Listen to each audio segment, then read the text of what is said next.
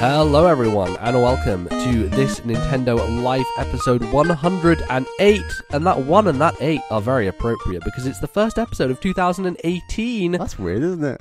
It is, it somehow worked out that way. Happy New Year. Happy New Year to everyone, hope you all had a good holiday, and we're now into the fifth year of this podcast? I don't know how many years it is. Well, we started in 2013, so I guess it's the fifth year. Technically going into a fifth year, but not a whole period of time. But we've not been around for 5 years yet. Yes, I'm joined as always by Bally. Bally, how are you doing? Hi, MBZ. I'm feeling pretty excited about this year. I think 2017 was a much better year than I thought any of us really thought it possibly could be, and then it just turned out to be incredible. Yeah, for video games we should state, because in all other aspects 2017 was a tire fire. There was lots of other stuff going on that was just like pretty unbelievable and shocking, but and definitely less positive. But you're right, for video games, 10 out of 10. It only continues to get worse, but hopefully video games will continue to get even better, and I'm sure there'll be a lot of things to look forward to in 2018. Let's talk about a couple of things before we dive into the show. First of all, I'm a little bit sick, so if you hear my nose being a bit weird and me sounding a little different in the show, that's why. The flu's around, it's Christmas time, there's family. People are being stuffed onto London trains and in close proximity, so illnesses are flying literally everywhere. And then also want to thank our high Patreon tier supporters, our TNL ambassadors, Bally. Yes, we'd like to thank Atari, Alex, and my girlfriend Caroline, who are both TNL ambassadors, which of course is our $10 Patreon tier. Yes, thank you very much for supporting the show, and thanks to everyone else who supports our Patreon as well. We'll talk more about those episodes at the end of the show. So let's then talk about what we're going to be doing on this show today, Bally. What are we going to be talking about? It's going to be a 2-segment show today. First segment, we've got what we've been playing, and then second segment is a big segment where we're going to do some 2018 predictions. We're also going to go back and see how we did in our 2017 predictions, which is always fun. And then, of course, you guys sent in some of your own 2018 predictions that we are going to go through. Yep, it's a good, long look forward, and hopefully we'll see some of our wishes and dreams come true in the year to come. But let's kick things off then with what games we've been playing. Christmas break came around, and obviously Bally gave you a lot more time to play some games. Yeah, so what have you been diving into? The start of Christmas break, I sort of crammed a couple of end-of-the-year games with God, I can never say his name, Gorogoa and SteamWorld Dig 2. And then I thought, right, got those out of the way. We've done a sort of game of the year roundup. I need to go back and beat the complete other games. So I've been working through Mario Odyssey, and I finally got the final moon.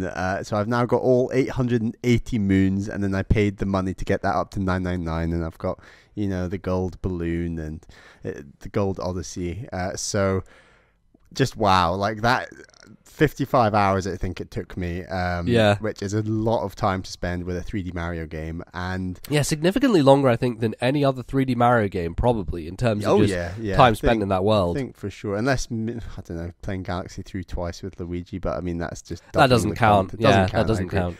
But I think that through all that time there were so few moments where I don't think there were any moments where I wasn't having fun. I think there were moments where I was having less fun than other moments, but I think the hint volleyball moment. That was bad, and I did use the cheat. I'd highly recommend looking that up and doing that. But I just had so much fun throughout that game and right till the finish. And there's some really cool stuff at the end. Really interesting moons.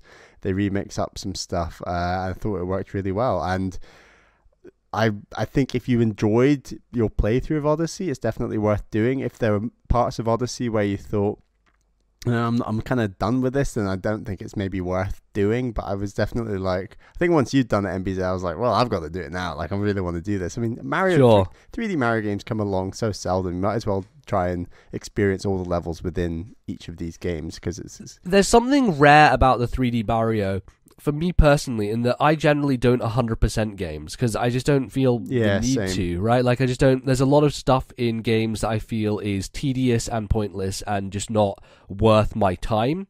And yet the 3D Mario games have always had this sense to where a lot of the best stuff in the game is in that 100%ing of it. It is in finding every little secret and going to every corner and doing every star or moon or shine or whatever, and so for that reason, I've always gravitated towards completing Mario games, the 3D ones, as much as I can. And I always enjoy doing it because I think there's an inherent joy behind moving Mario around and just going to places with him and jumping. It's a fun time the whole way through, and it's definitely something that I like to just keep at. And while I got every moon, I didn't actually 100% this game because there were 3 worlds I didn't get all the purple coins. And I actually came across a stumbling block, and this is a bit of advice for anyone out there trying to get all the moons. One of the Toadette rewards, so she sort of has these achievement-style rewards that you get moons for. I think there's about 50 of them from Toadette. And one of them is you have to be like a souvenir savant, I think it's called, and you have to have at least 40 souvenirs. So souvenirs include the objects that you put in your Odyssey as well as the stickers. So you have to have at least 40 of them, and obviously to collect those you need purple coins. So I went back and had to complete a few purple coin areas to complete that. But yeah, all wrapped up, managed to get all the moons I should say, but I guess they're stars in the Mushroom Kingdom. But so yeah, I as I said, such a great game. I'm so glad I got to every single moon. And yeah, who knows? DLC could be down the line. We'll see.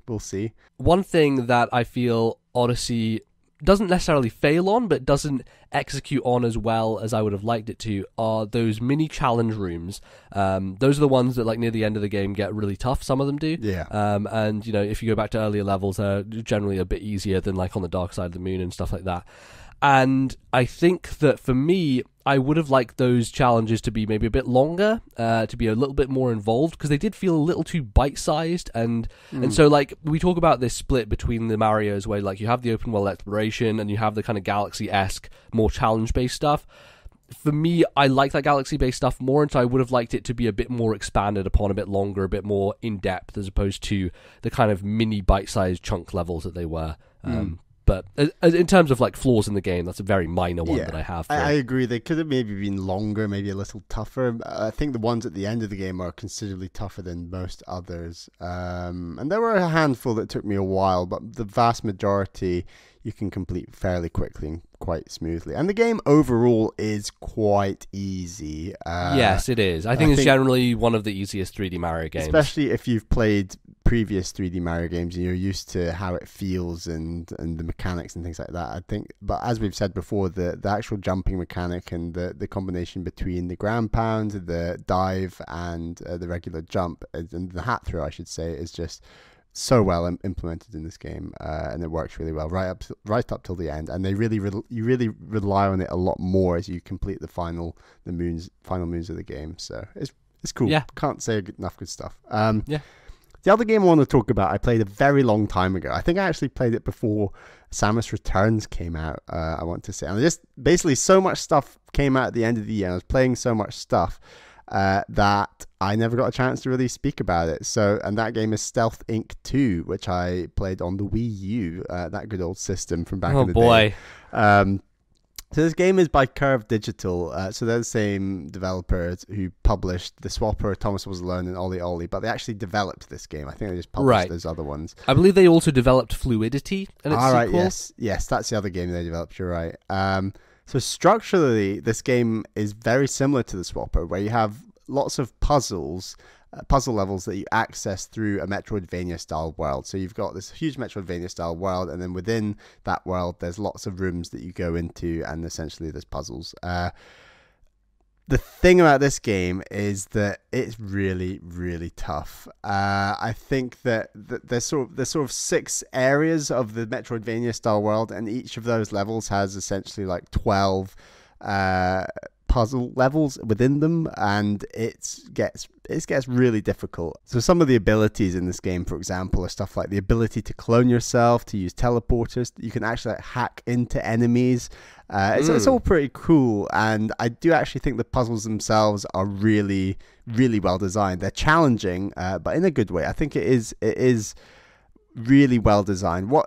what I didn't enjoy as much was the world itself, the Metroidvania world. There's a lot of dead ends. You can end up really not knowing where to go next, and I had to constantly go back to a guide just to like work out how to access the next puzzle room. And that's the biggest difference with the Swapper, where I felt like the Swapper, the challenge was within the puzzle rooms. And not to say that there's still a big challenge in this game within those puzzle rooms, but with the Swapper, the Metroidvania area was so non-challenging. It was essentially just an overworld that you would walk around quite effortlessly and access new rooms. Whereas this game, the overworld has like enemies, and you've got like puzzles to work out in the overworld in order to access the puzzles, and it just resulted in the game really overstaying its welcome. It like took me 13 to 14 hours to beat this game, and the sweet spot would have been about 8 or 9, to be honest. I would recommend this as a really tough puzzler if you're into that style of thing, but not if you're wanting something sort of shorter, more casual, because this game is just, it's a little bit too hardcore for my liking. I really did smash my head up against a wall with this quite a few times, and I'm very with it being called Stealth Inc. 2, I actually played the original a little bit on Vita, and that game was probably more in the line of what you would have wanted. It is a level-based game where you're not wandering around overworld, just going from level to level and doing all these puzzles, and they are focused on like a lot of light and shadow stuff, like hiding in cracks and corners and going like dodging lasers and stuff. Is there a similar kind of style going on here? Is it more stealth focused, or are there more kind of elaborate things you're doing within those areas? There's quite a bit of shadows and lasers and avoiding that, but the power-ups, like I said, the ability to clone yourself using teleporters, hacking into enemies and using those enemies to traverse levels, there's a lot of that mixes the formula up a lot, and it really makes it challenging, and then at the end of each world you've got the same boss that repeats itself, just in a slightly mixed up way. It's essentially a big eyeball, metal eyeball, essentially, that follows you around a fixed space, and you have to go to different points around the eyeball without it catching you.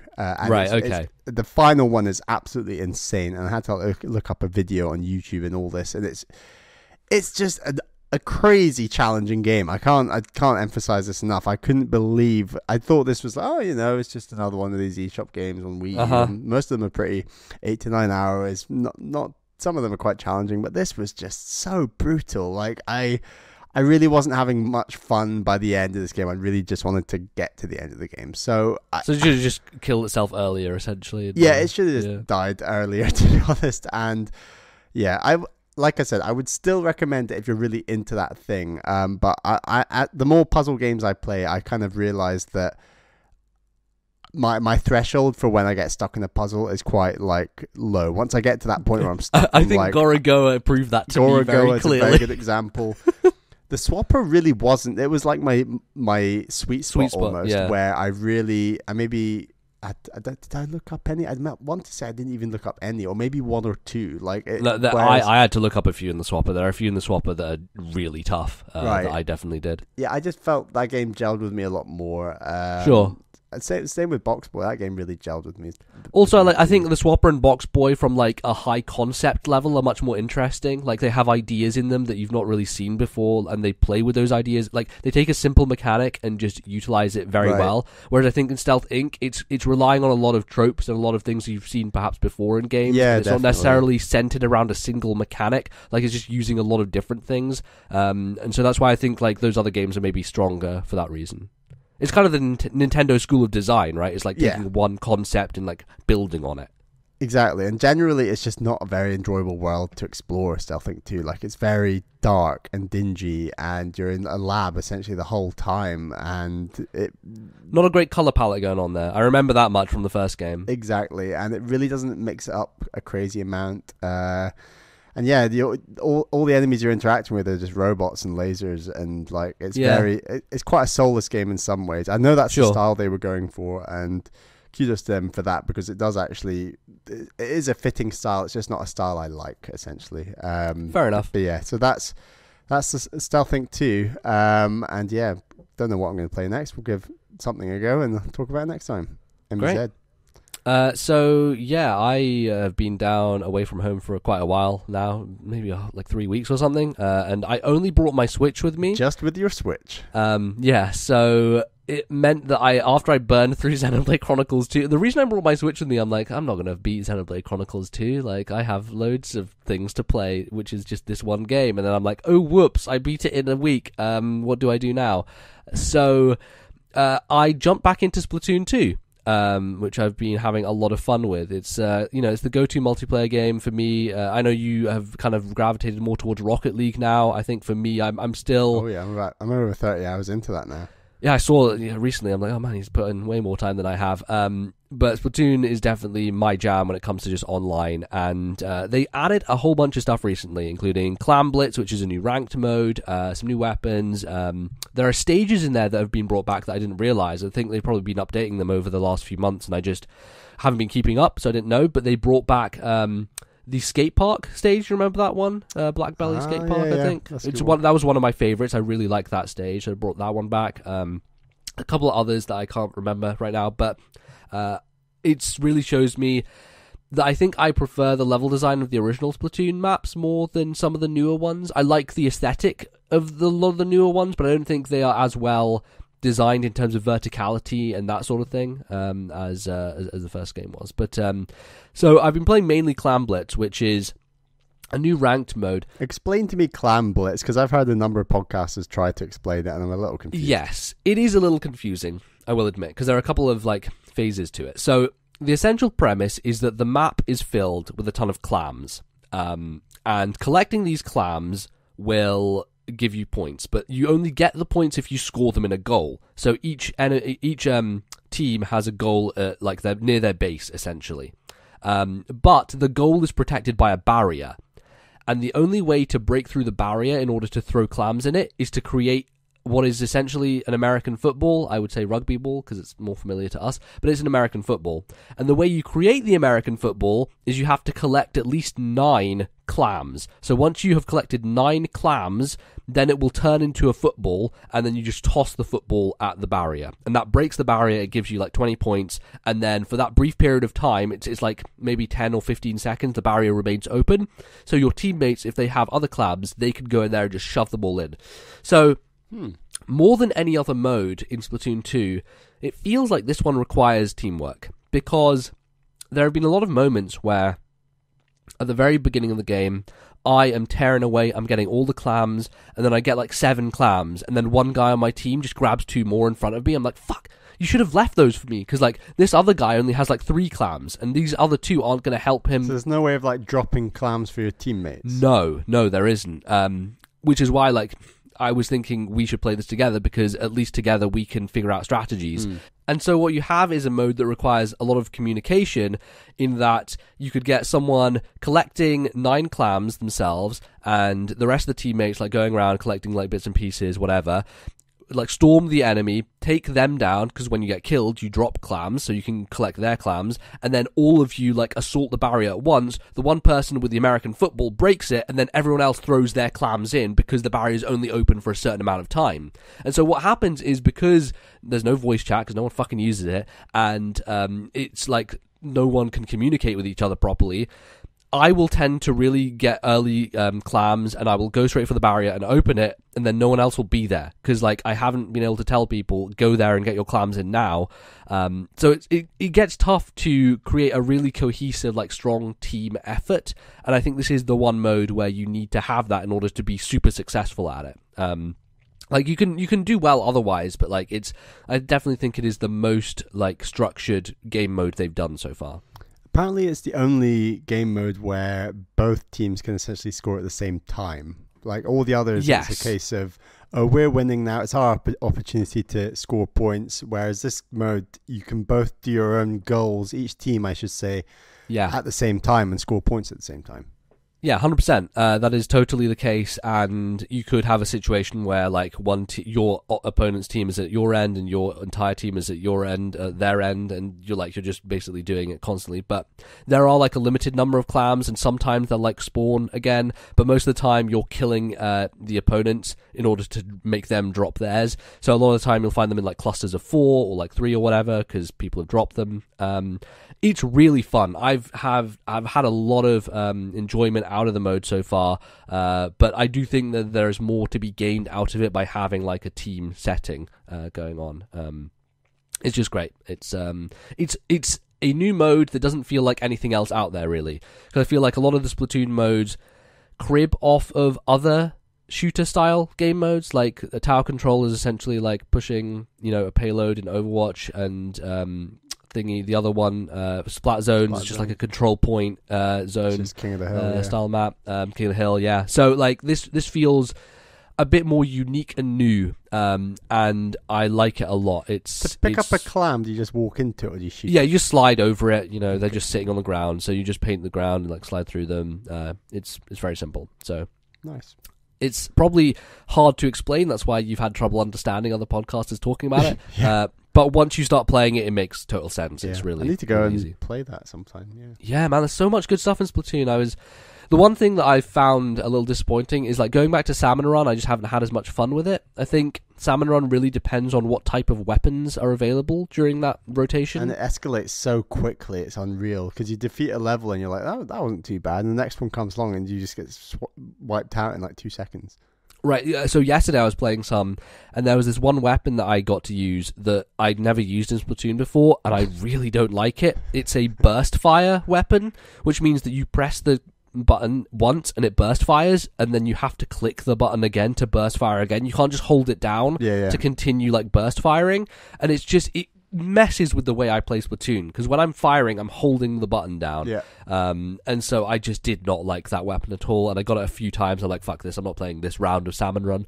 So that's one of the problems with Salmon Run, is like every time it's randomized weapons, and if you don't like the weapon that you get thrown in with, it's like, kind of a wash. Yeah. But anyway, enjoyed that a lot. Splatoon 2 is great. People should go back to it. I'm sure they'll add more stuff throughout 2018. Because I think they said they're doing like a whole year of support and then like 2 years of Splatfest down the line. Yeah.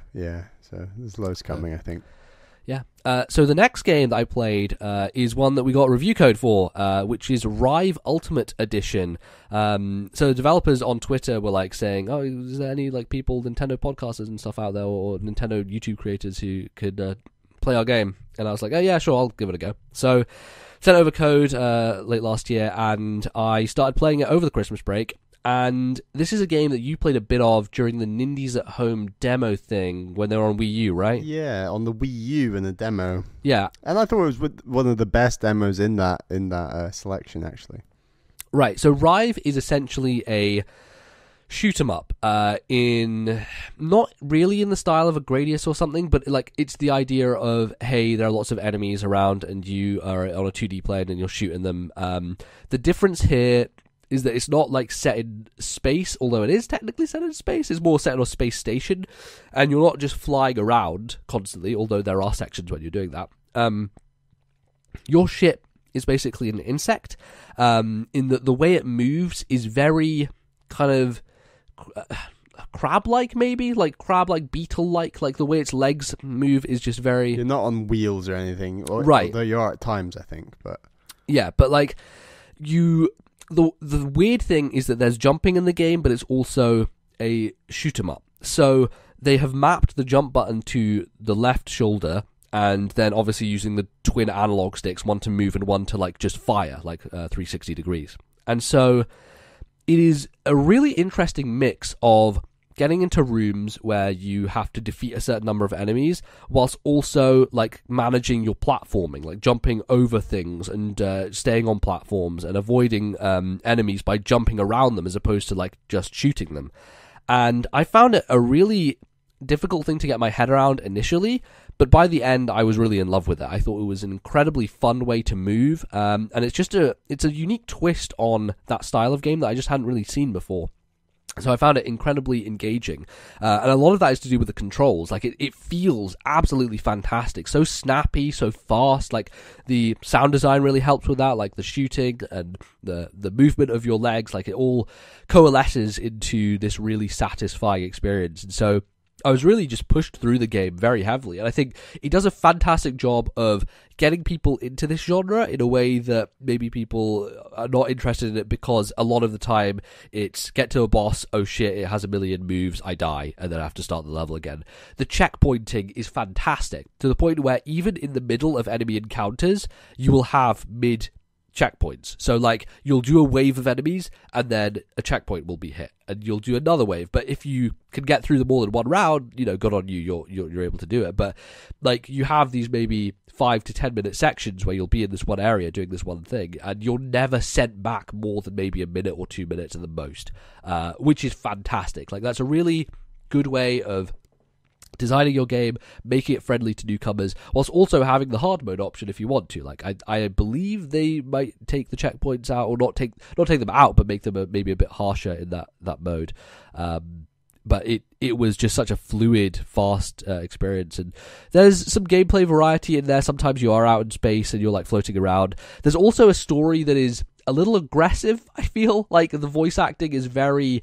Your main character is like a kind of bearded guy with a very rough American accent who's just like really... He's a very shouty guy, and I wasn't a big fan of, like... There's a lot of, I don't know, on the nose, like, puns and memes and things kind of going on in there, which is like, whatever. It's not really a story as much as it is like just a bunch of dialogue thrown at you. But there is a funny thing that they do, in that there is this robot who follows you around constantly and is always like taunting you and stuff.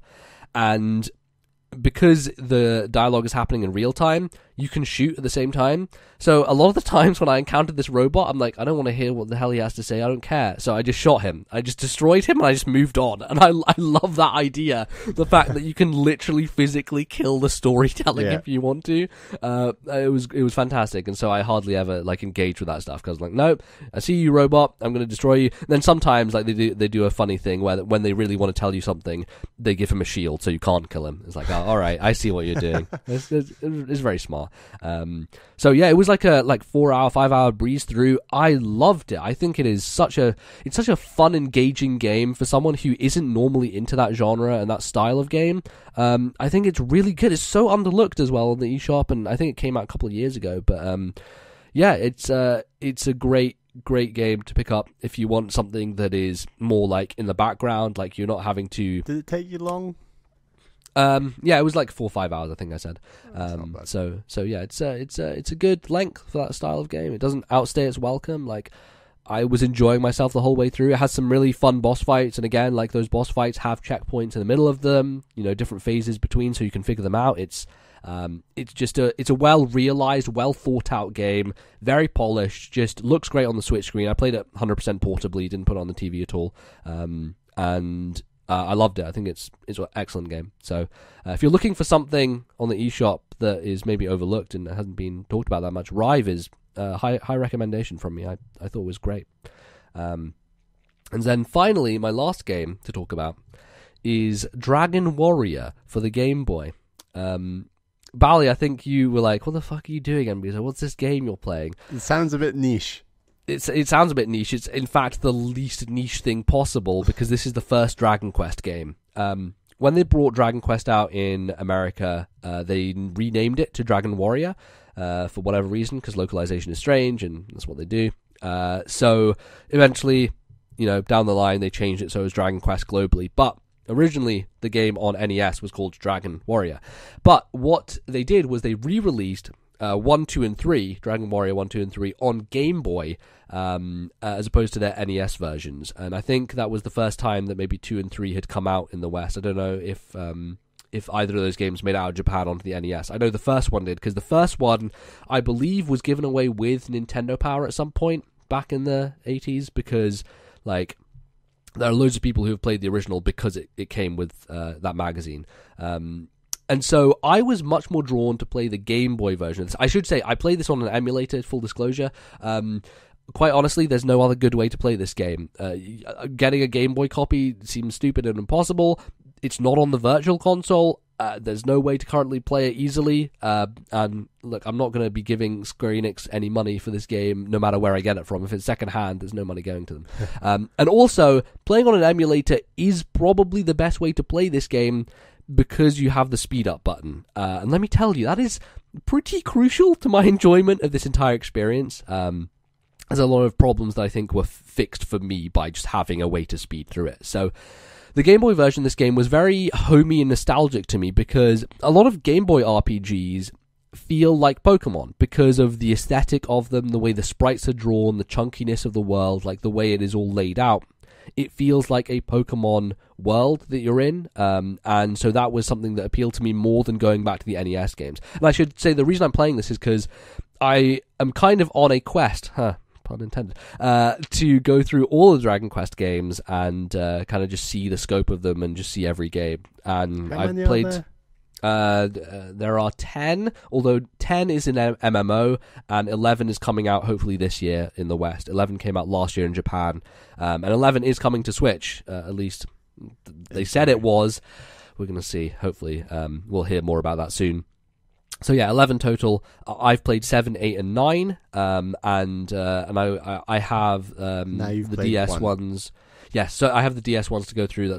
So 4, 5, and 6 had DS re-releases, and 1, 2, and 3 had Game Boy re-releases. So they're actually pretty easy, like, for me to get into because I like DS games, I like Game Boy games.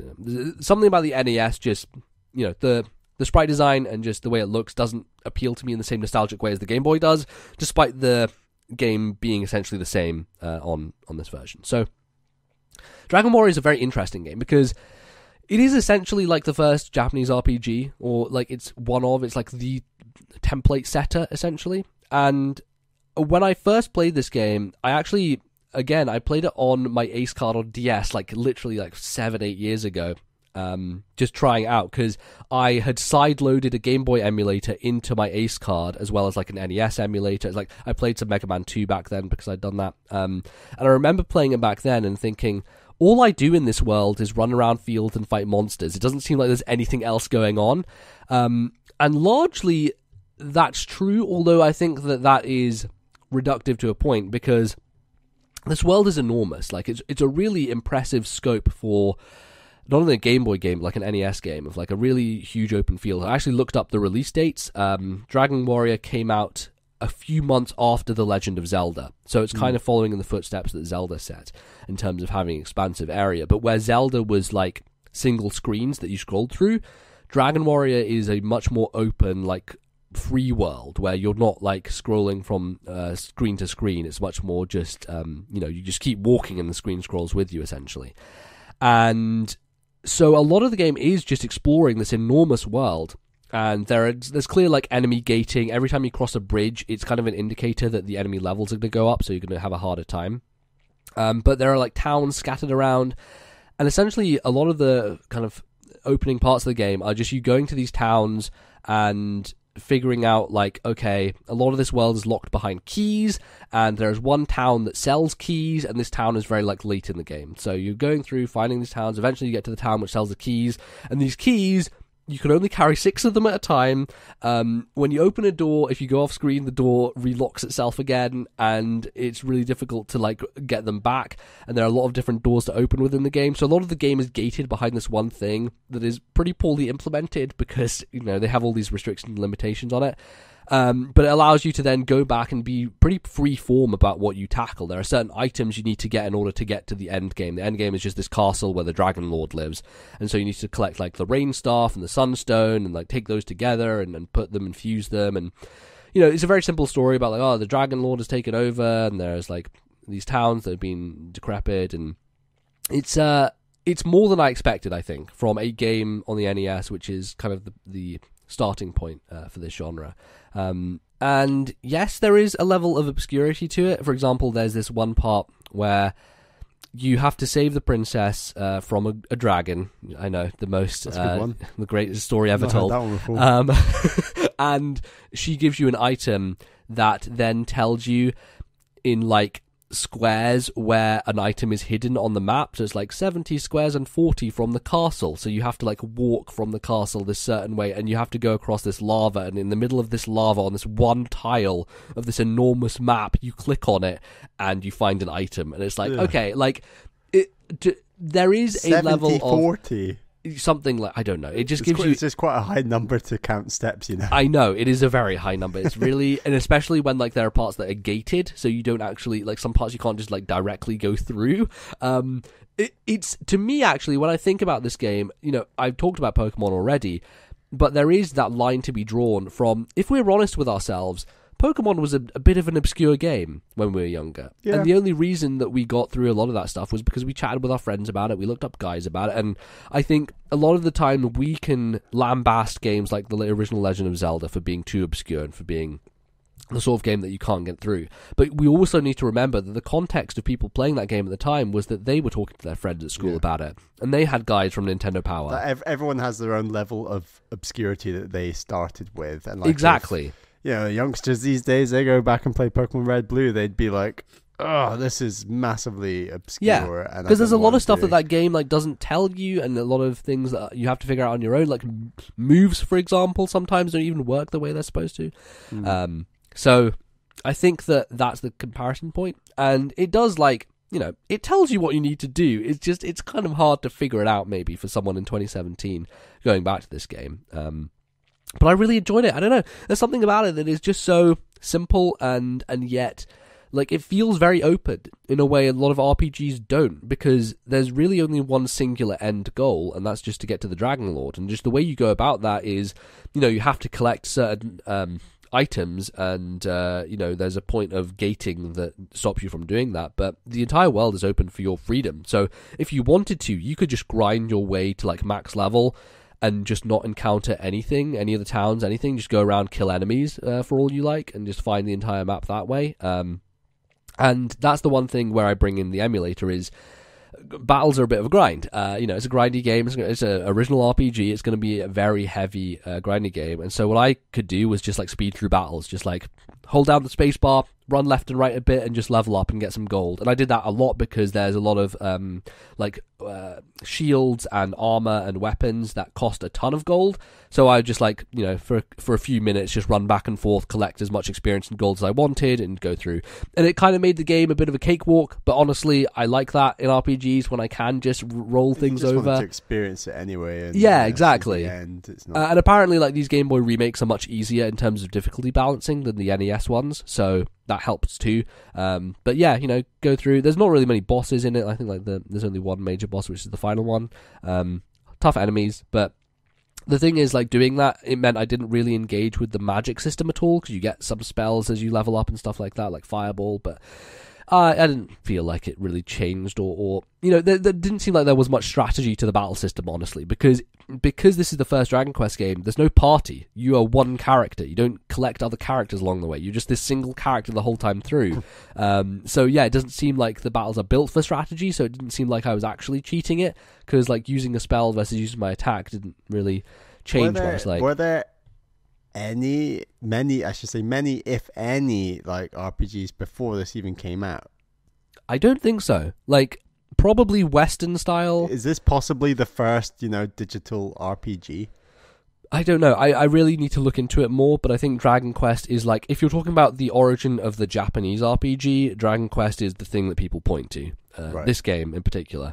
So yeah, it's very cool to like go back to that genesis of it and see that it actually holds up pretty well. Like, you know, the towns are, you know, well realized, and there are inns you stay at, and there is like some obscure stuff. Like one of the clues you get is there's a area that's hidden behind a wall, and it's like the clue is like walk into the darkness. And when you get to that area in the building, there's like the building, and then above it, you know, like in usual RPGs, there's like black space. You know, like when you walk into the Pokemon Center, there's like black space on the side because the room is, you know, that's what they're rendering, and the rest of the space they don't render anything. And so if you go up to the wall and like find a certain space and walk into it, you'll walk through it and you'll find a hidden area. So stuff like that is the level of obscurity I'm talking about, which is like, it's possible. Like I could have figured that out myself if I really thought about it. But maybe it's, you know, these days a little bit too much for some people. Yeah. But yeah, I think that as far as the first JRPG goes, this is a very good game. I enjoyed it a lot, and especially the speed up button also helped in terms of traversing the world, because running around the world, it's really big. Like, it takes a lot of time to learn it and figure out where you're going, where everything is relative to everything else. And so, yeah, absolutely, that was an important thing that allowed me. I actually finished this game in basically a single day, which is a little bit absurd, but I was just like, chill, playing it, having podcasts on in the background. Music's pretty good.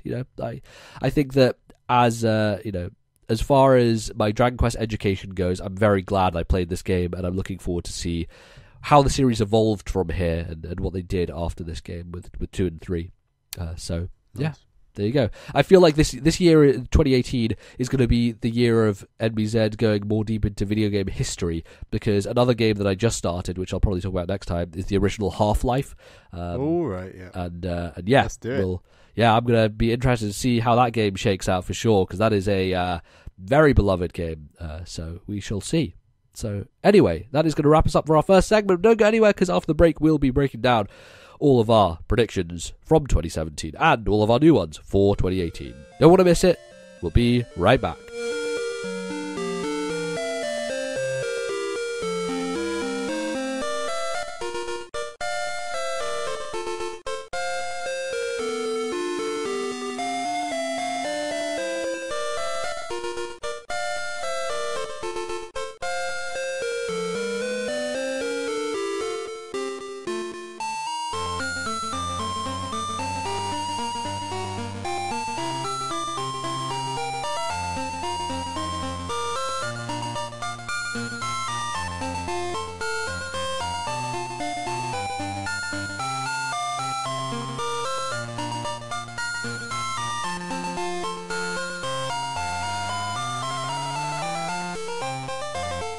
Alright folks, welcome back to the second half of today's podcast, in which we are going to be closing out our holiday celebrations with all these shows where we're doing things a little bit differently with our Game of the Year stuff first, and now with our 2018 predictions. We are in fact going to get in deep with what we think Nintendo are going to do in 2018, and some stuff around the Switch and some stuff around just general video game Nintendo things for next year.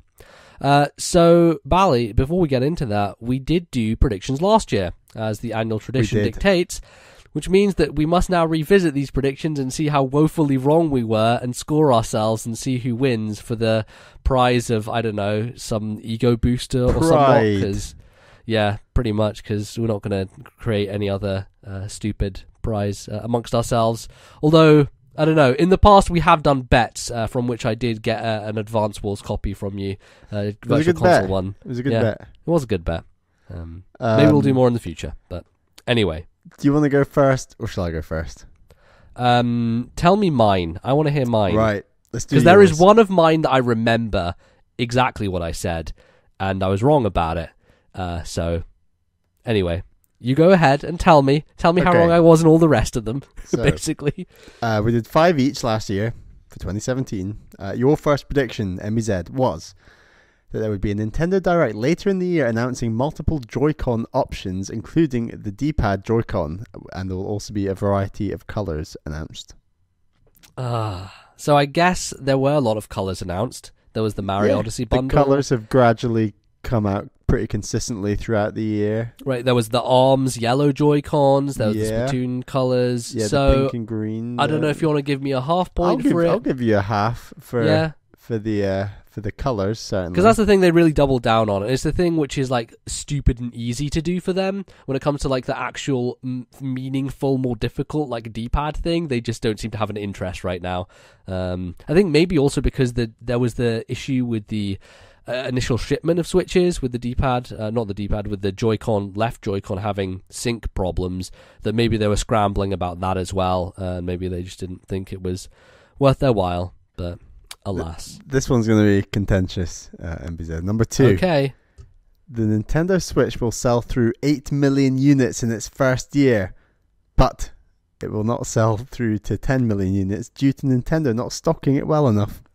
Well, I just got proven wrong. That's the exact one I remember. That's the one I think. I'm like, always think about, like I said, Switch will sell 8 million units. And at the time, I think I was actually being pretty bold about 8 million units, honestly. Because I think a lot of folks, like after that January Direct, were pretty negative. Now, let me remember. I believe we recorded this before the January presentation, right? Yes. So I think my mind would have changed after the January presentation. That's why I was like really worried that I was getting that prediction wrong. I was worried the wrong way round, Bally, because my prediction got smashed the other way. Because Nintendo recently announced that they have sold through 10 million.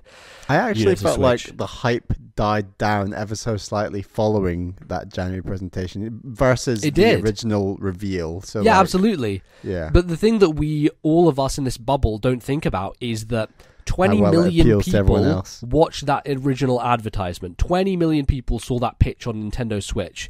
And how many people watched the January Direct? Maybe like the hardcore couple of million or most. Like if people watch the entire thing, I doubt that many people watched through the entire presentation.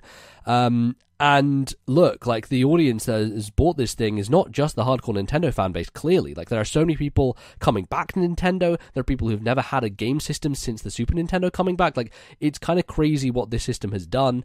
And I'm pleased that Nintendo have done well. And I'm happy that they also got their stock supply stuff sorted by the end of this year. Like I didn't hear anything like during holiday season about it was difficult to get a Switch. It seems like people who wanted one got one, which is great.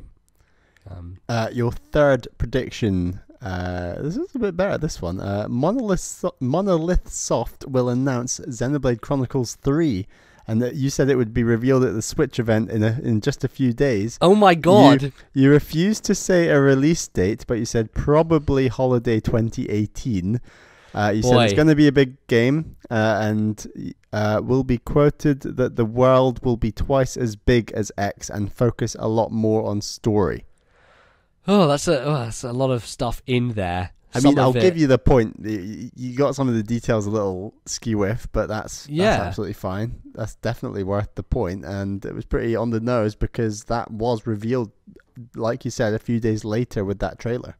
I'm actually really surprised that I predicted it would be revealed at that event, because I was pretty shocked that like Xenoblade got like a spotlight at that event. It didn't seem like it would necessarily be the thing, or maybe back then there were some kind of rumor swirling around Monolith having something.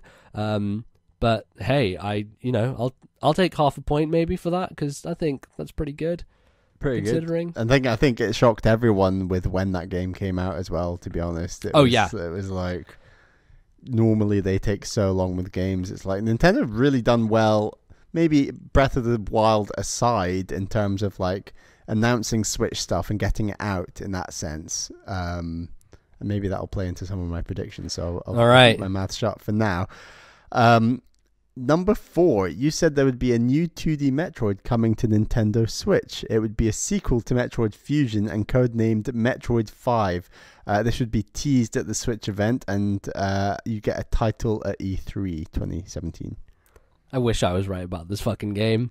But I was very close. Definitely worth a half point. Definitely a half point. I mean, a new 2D Metroid was announced, so I think like above everything else that matters. I think that I'm so happy that a new 2D Metroid exists. Not the fact that the game was like mind-blowing. It was a really good game. I enjoyed it a lot, but just the precedent that's now been set that it exists and that we could have another 2D one on Switch. Oh, just very excited that happened. So your final prediction is a little bit more off the wall. Was that Sakurai would announce a new balloon fight at E3. It'd be a third-person action adventure, much like the surprise that was Kid Icarus Uprising. So it didn't happen, but I really loved the idea. That's a fun idea. Who knows? I mean, the idea that you just take a random Nintendo IP from years and years and years ago, and then they just do something completely different with it and spit it out the other end, I think is something that might happen again in the future, obviously. But when that happened to Kid Icarus, it was like, what? What is this? This is crazy. Such a weird throwback. Yeah, 100%. I mean, like, that franchise had not seen an entry since the Game Boy days, which was absurd, that they just come back with it and be like, oh no, we're reinventing this thing, and it's basically a new thing. Yeah, it's almost a cheat for Nintendo because we talk about them all the time, just relying on the same old IPs and doing new things within them. And then even when they bring back these old IPs, they basically treat them as new IPs anyway, right? Because it's just such a different game, Kid Icarus. But 2 out of 5, anyway, MZ. That's not bad. I think that's probably better than I have done in years past. I think that I'm pretty proud with that score. It's a tough thing to predict Nintendo, so I'm going to take what I get and be happy with it. Shall we move on to mine? Yes, please. Tell me. Here we go. First prediction was there'd be a new retro IP, Holiday 2017. One idea Nintendo hasn't made a whole game around, which was stealth. There'd be new characters. It's going to be great, I said. It's going to be great. It will be a setting unlike any other stealth game, similar to Splatoon and shooters. So, yeah. Well, we still don't know what Retro's game is, so thanks. Yeah. So we'll see. Number 2, I said Switch is going to be hot. Third parties will stick around and be keen to make Switch versions of their new games, not just old. Assassin's Creed, FIFA, etc. It's going to be such hot property for your average consumer who sees Switch as the cheaper option than new consoles, and also it will give consumers the opportunity to play on the go. I'm going to give you a big, juicy full point for that one. That's, there is, some things to some degree you could argue is, the FIFA version is kind of a bad version of FIFA, and a lot of people weren't very happy with it. But, Bethesda support alone, I think, works. And especially because Wolfenstein 2 was announced, and Wolfenstein 2 was a new game that hadn't even come out when they announced it for Switch. That's the real seal of the deal on that one for me. I think, when we made these predictions, we'd seen Skyrim in the trailer, but that was it. Yeah. I don't think, and obviously we'd seen that basketball game in the trailer, but in terms of other third parties, there wasn't really much confirmed at that stage, I want to say. So, yeah. No, that was pretty much it. You had the NBA and the Skyrim, and everything else was gravy after that. So, my third prediction: Fire Emblem and especially Animal Crossing, as well as 2 other games, are going to come to mobile in 2017. One will be Mario Kart and the other unknown one will be Zelda related. All will be promoted to the same degree as Super Mario Run and as a result be incredibly successful. So I don't know if they had announced the Fire Emblem and Animal Crossing games at this point. I imagine they had done. I think they had. I think the prediction here was the other 2, which obviously didn't happen. No. Actually, it was quite surprising in 2017. It was just those 2 games, right? Yeah, I believe so. They've really come back to earth in terms of how many mobile games they're doing a year. It seems like their expectations were very high. They're like, we're doing 5 a year. And then it turns out you can't really do 5 a year because guess what? If we want to make the games look good and be better, then we have to take more time with them. And I don't know that necessarily improved either of these games because to my mind, neither of them are games. They're just mobile garbage, as with most things. And it's kind of sad to see Nintendo try and make mobile games and really just not do anything to revolutionize in the space and just be more complacent than anything else. But it's making them money and, it's helping their IP get known a bit more. So, that's all you can really ask for mobile, in my opinion. My fourth prediction, similar to one of your ones, Joy-Cons come holiday 2017, and they'll launch with similar customizable covers like the new 3DS covers that they launched. So there's going to be a large range of multicolored Joy-Cons essentially. Okay. There'll be loads of different types and they'll be as hot as Amiibo, I said. Nope. Well, going by Per Schneider and his acquisition of Joy-Cons, maybe you could argue, but anyone else, I'm not sure. It'd be a scrappy half point, and I don't think I'm willing to fight for it there. They did put out a lot of customizable Joy-Cons. They weren't necessarily cases or anything, but let's take the half point. You'll take it. Go on, take the half point. I'm giving it to you. Practically giving it away. By the end of the year, we will hear about Nintendo Racing, maybe revealed at E3. Will be a big multiplayer May game akin to Mario Kart and Splatoon. Merges Mario Kart, F-Zero, and Wave Race into one game.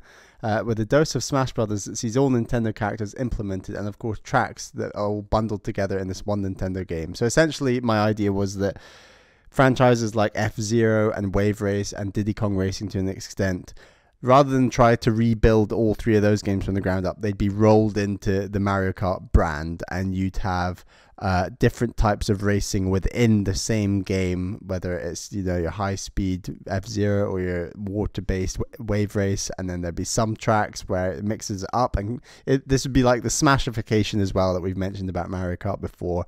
And ultimately it would have the Mario Kart name because that's the brand that sells, even though the formula would be so drastically different.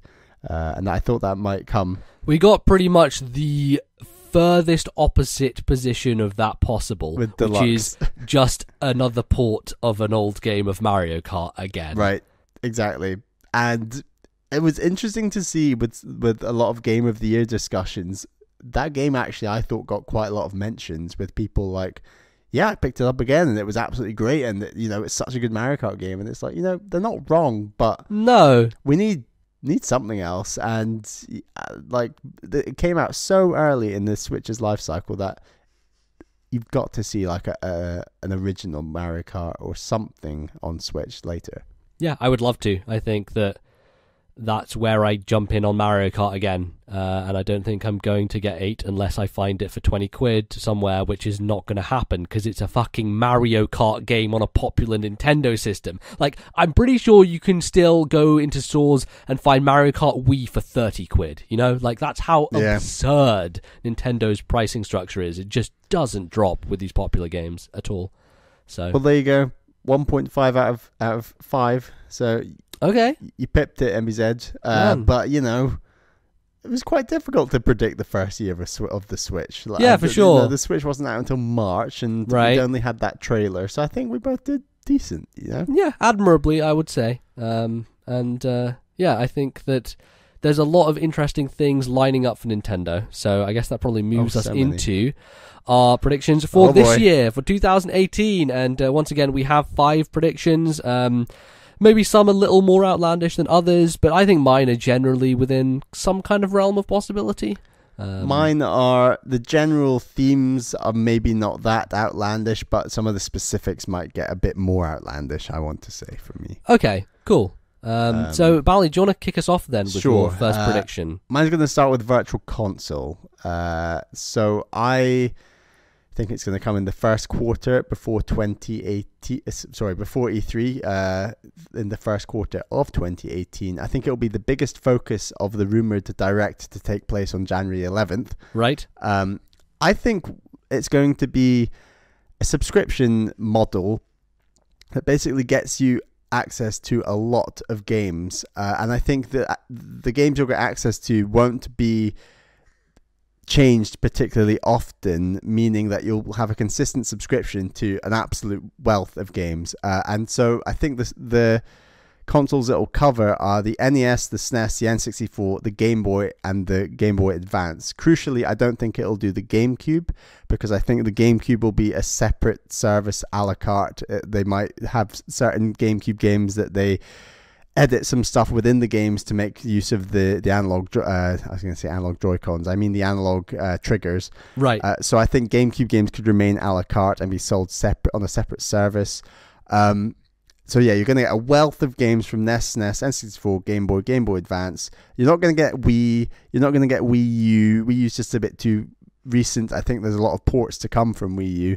Wii is just a bit difficult to actually achieve, and likewise I think DS is too difficult to achieve, and 3DS is also just far too recent, and they're still selling 3DS games, so I don't think emulation for that is coming anytime soon. No. The crucial kicker, so on the face of it, you've got NES, SNES, N64, Game Boy, and Game Boy Advance games. You pay a subscription every month to have an access to a wealth of games from all of these libraries.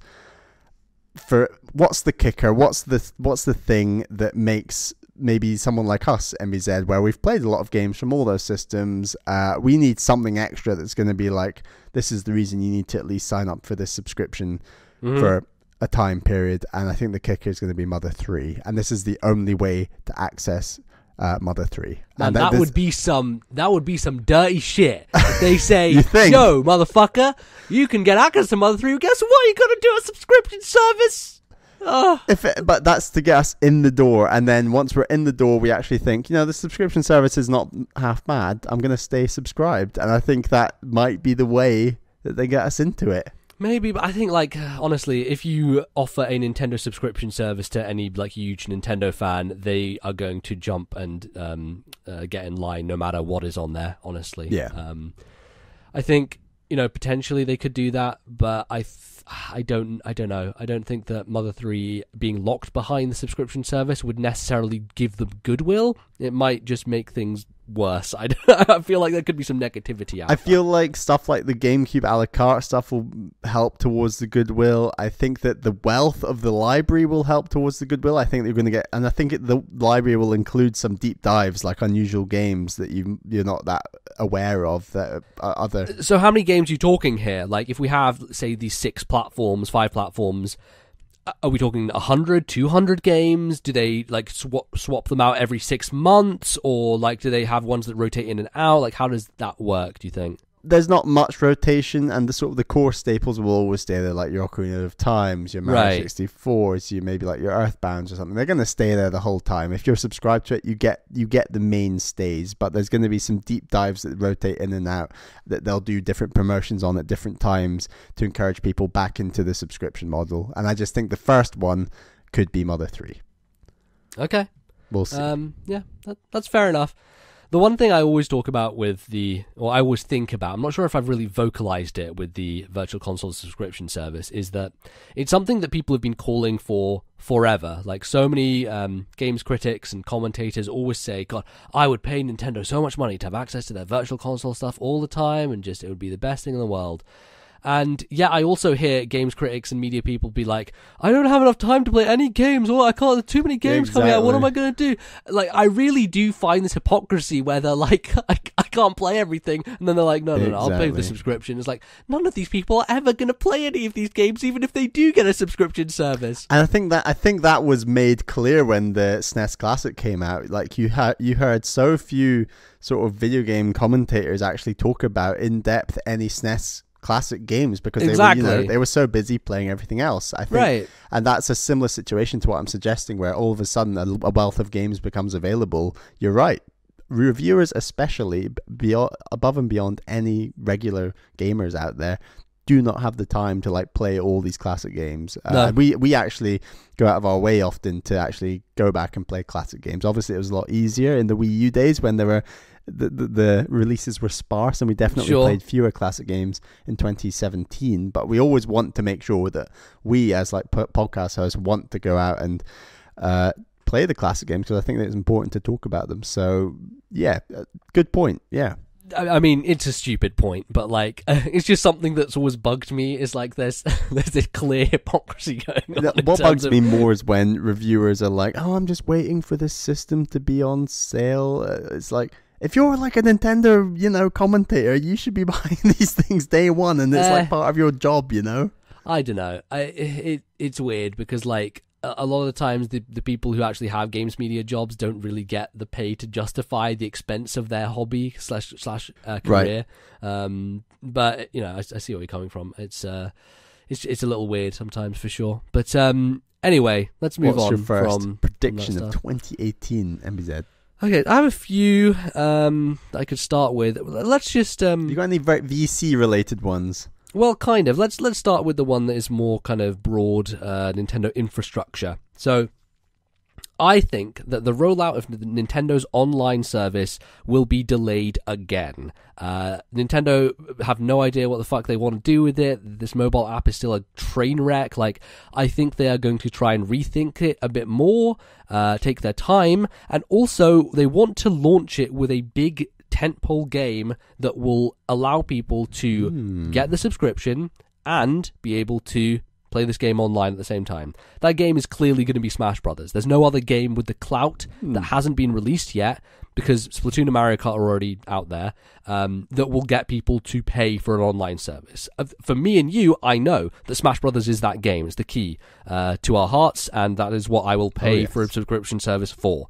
So, that said, the service will be delayed until November of 2018. November? Yes, 100%. Which will mean that all the stuff that comes with it, including this Virtual Console stuff, is also going to be delayed until November of 2018.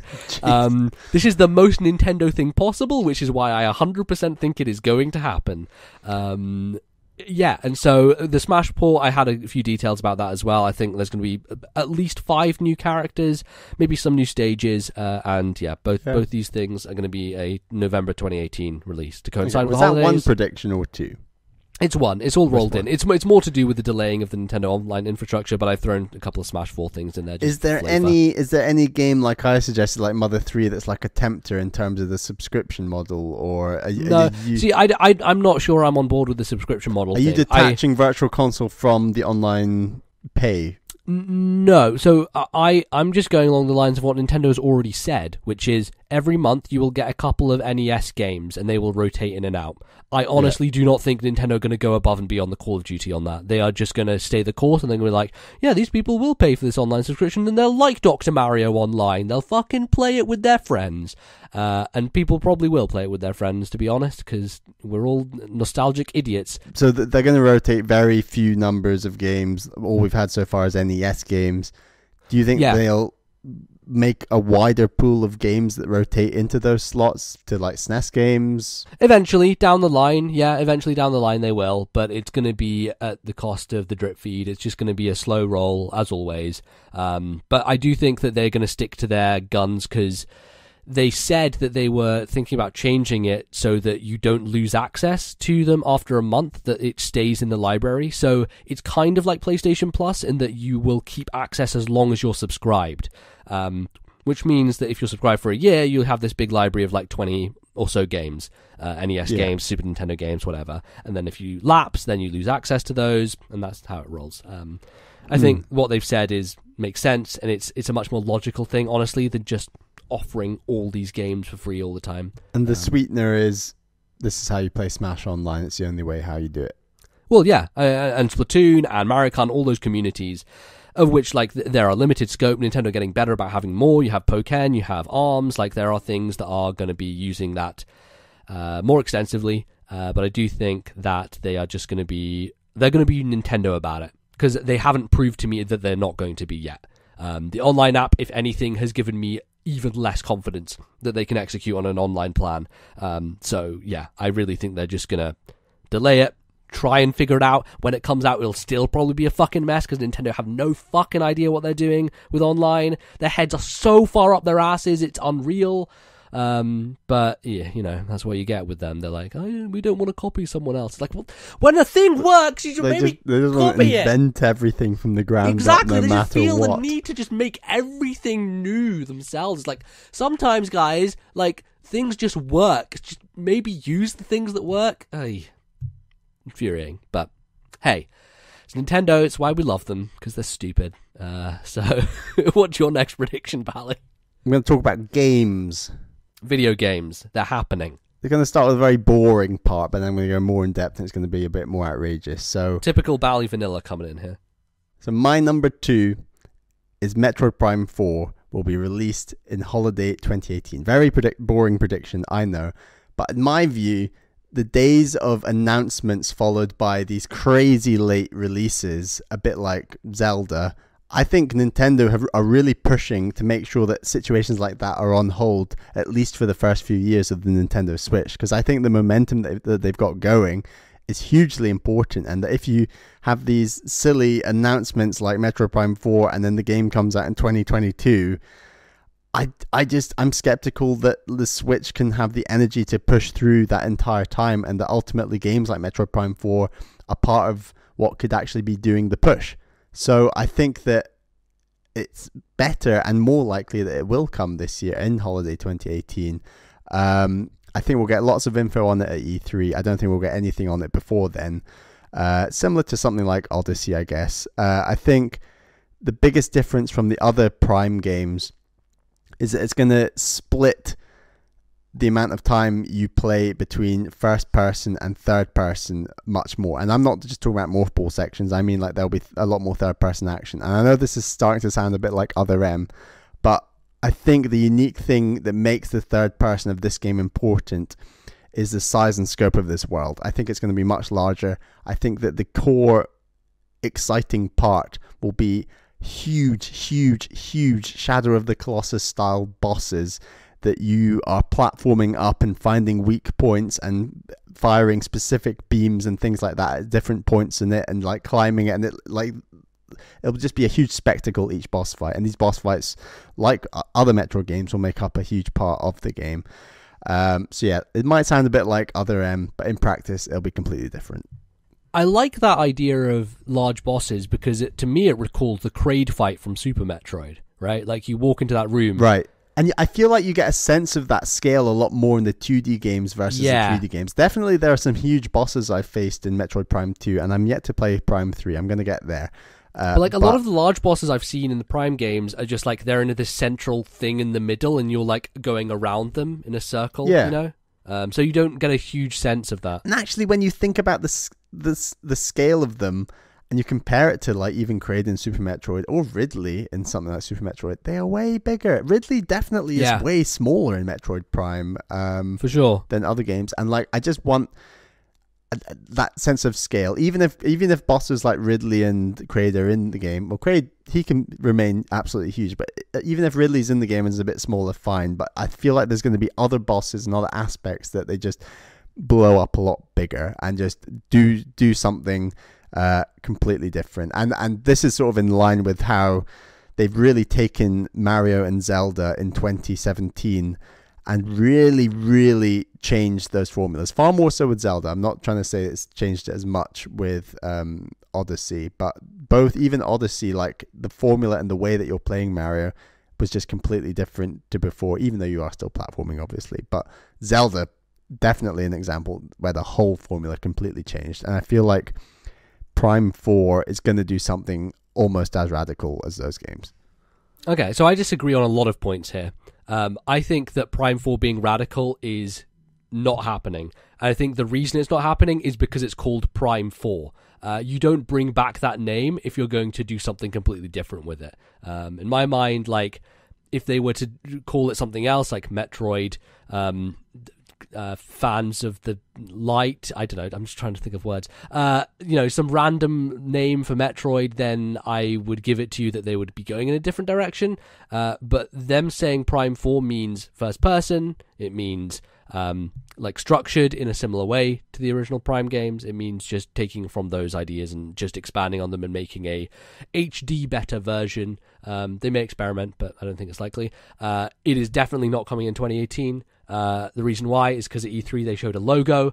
If they had been able to show more than a logo and also say, oh, it's a new team that we're just putting together now at Nintendo, we can't tell you what it is, to me says that it didn't have a team at that point in time. Do you think it'll be start of 2019 or further into 2019? No, I think it's like a late 2019 game. Not late, but like maybe mid 2019 at the earliest. I think this is a game they want to take their time with. I think they don't want to rush it, and I think it's the one Nintendo game that they have announced that falls into the Last Guardian Final Fantasy mold of, we announced this too early, but we kind of wanted to do it to get people excited, sort of thing, you know? Maybe. That's how I feel about it. It's like, I think it's going to be a very solid, very traditional Metroid Prime game, but they will want to polish it and make it great, and because of that, it's not going to come out in 2018. But I would be very happy if it did come out in 2018, because Xenoblade came out in 2017, and what the fuck, no one thought that would happen. So, anyway. What is your next prediction? My next prediction is that WarioWare will return. We'll see the return of everyone's favourite goofy-ass minigame series. It's not a game many people are talking about, actually. No, it's not. Good suggestion. Yeah, but here's the kicker that I think will disappoint both of us. It'll have a co-op focus.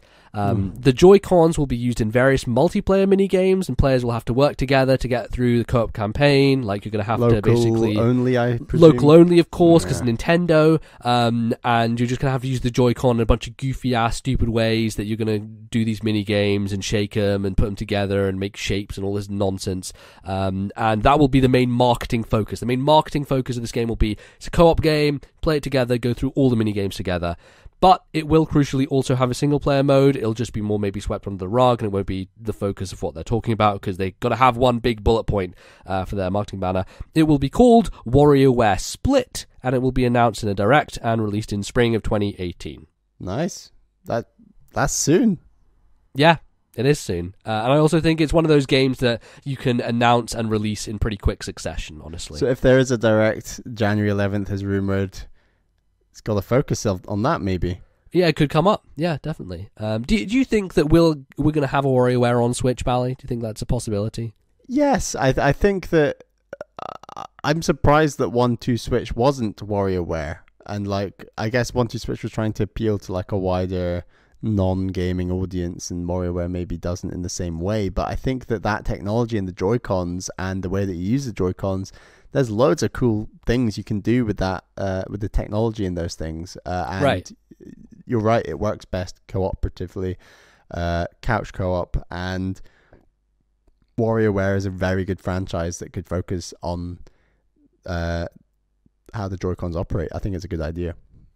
Yeah, I really don't know if they're going to position it as a full retail game versus a digital eShop download. I feel like Nintendo in the past have gone the wrong way, where they've made games like Kirby's Rainbow Paintbrush and Captain Toad full retail releases on Wii U, which was maybe a circumstance of the era and the fact they didn't have enough retail games on the store shelves, so they made them more expensive. But I feel like it would do better if it was 15 quid. And you can get it from the eShop. The thing about WarioWare is it's a simpler game in the sense that I see that Nintendo have a few tiers of games that they're making. I don't want to just say AAA, it's a bit simplistic, but you do have the top tier, which is, your Zeldas, Mario Odysseys, probably Metroid Prime 4, which are really expansive, incredibly immersive 3D worlds that are very hard. It's very difficult to develop. There's a whole lot more game testing that goes into that.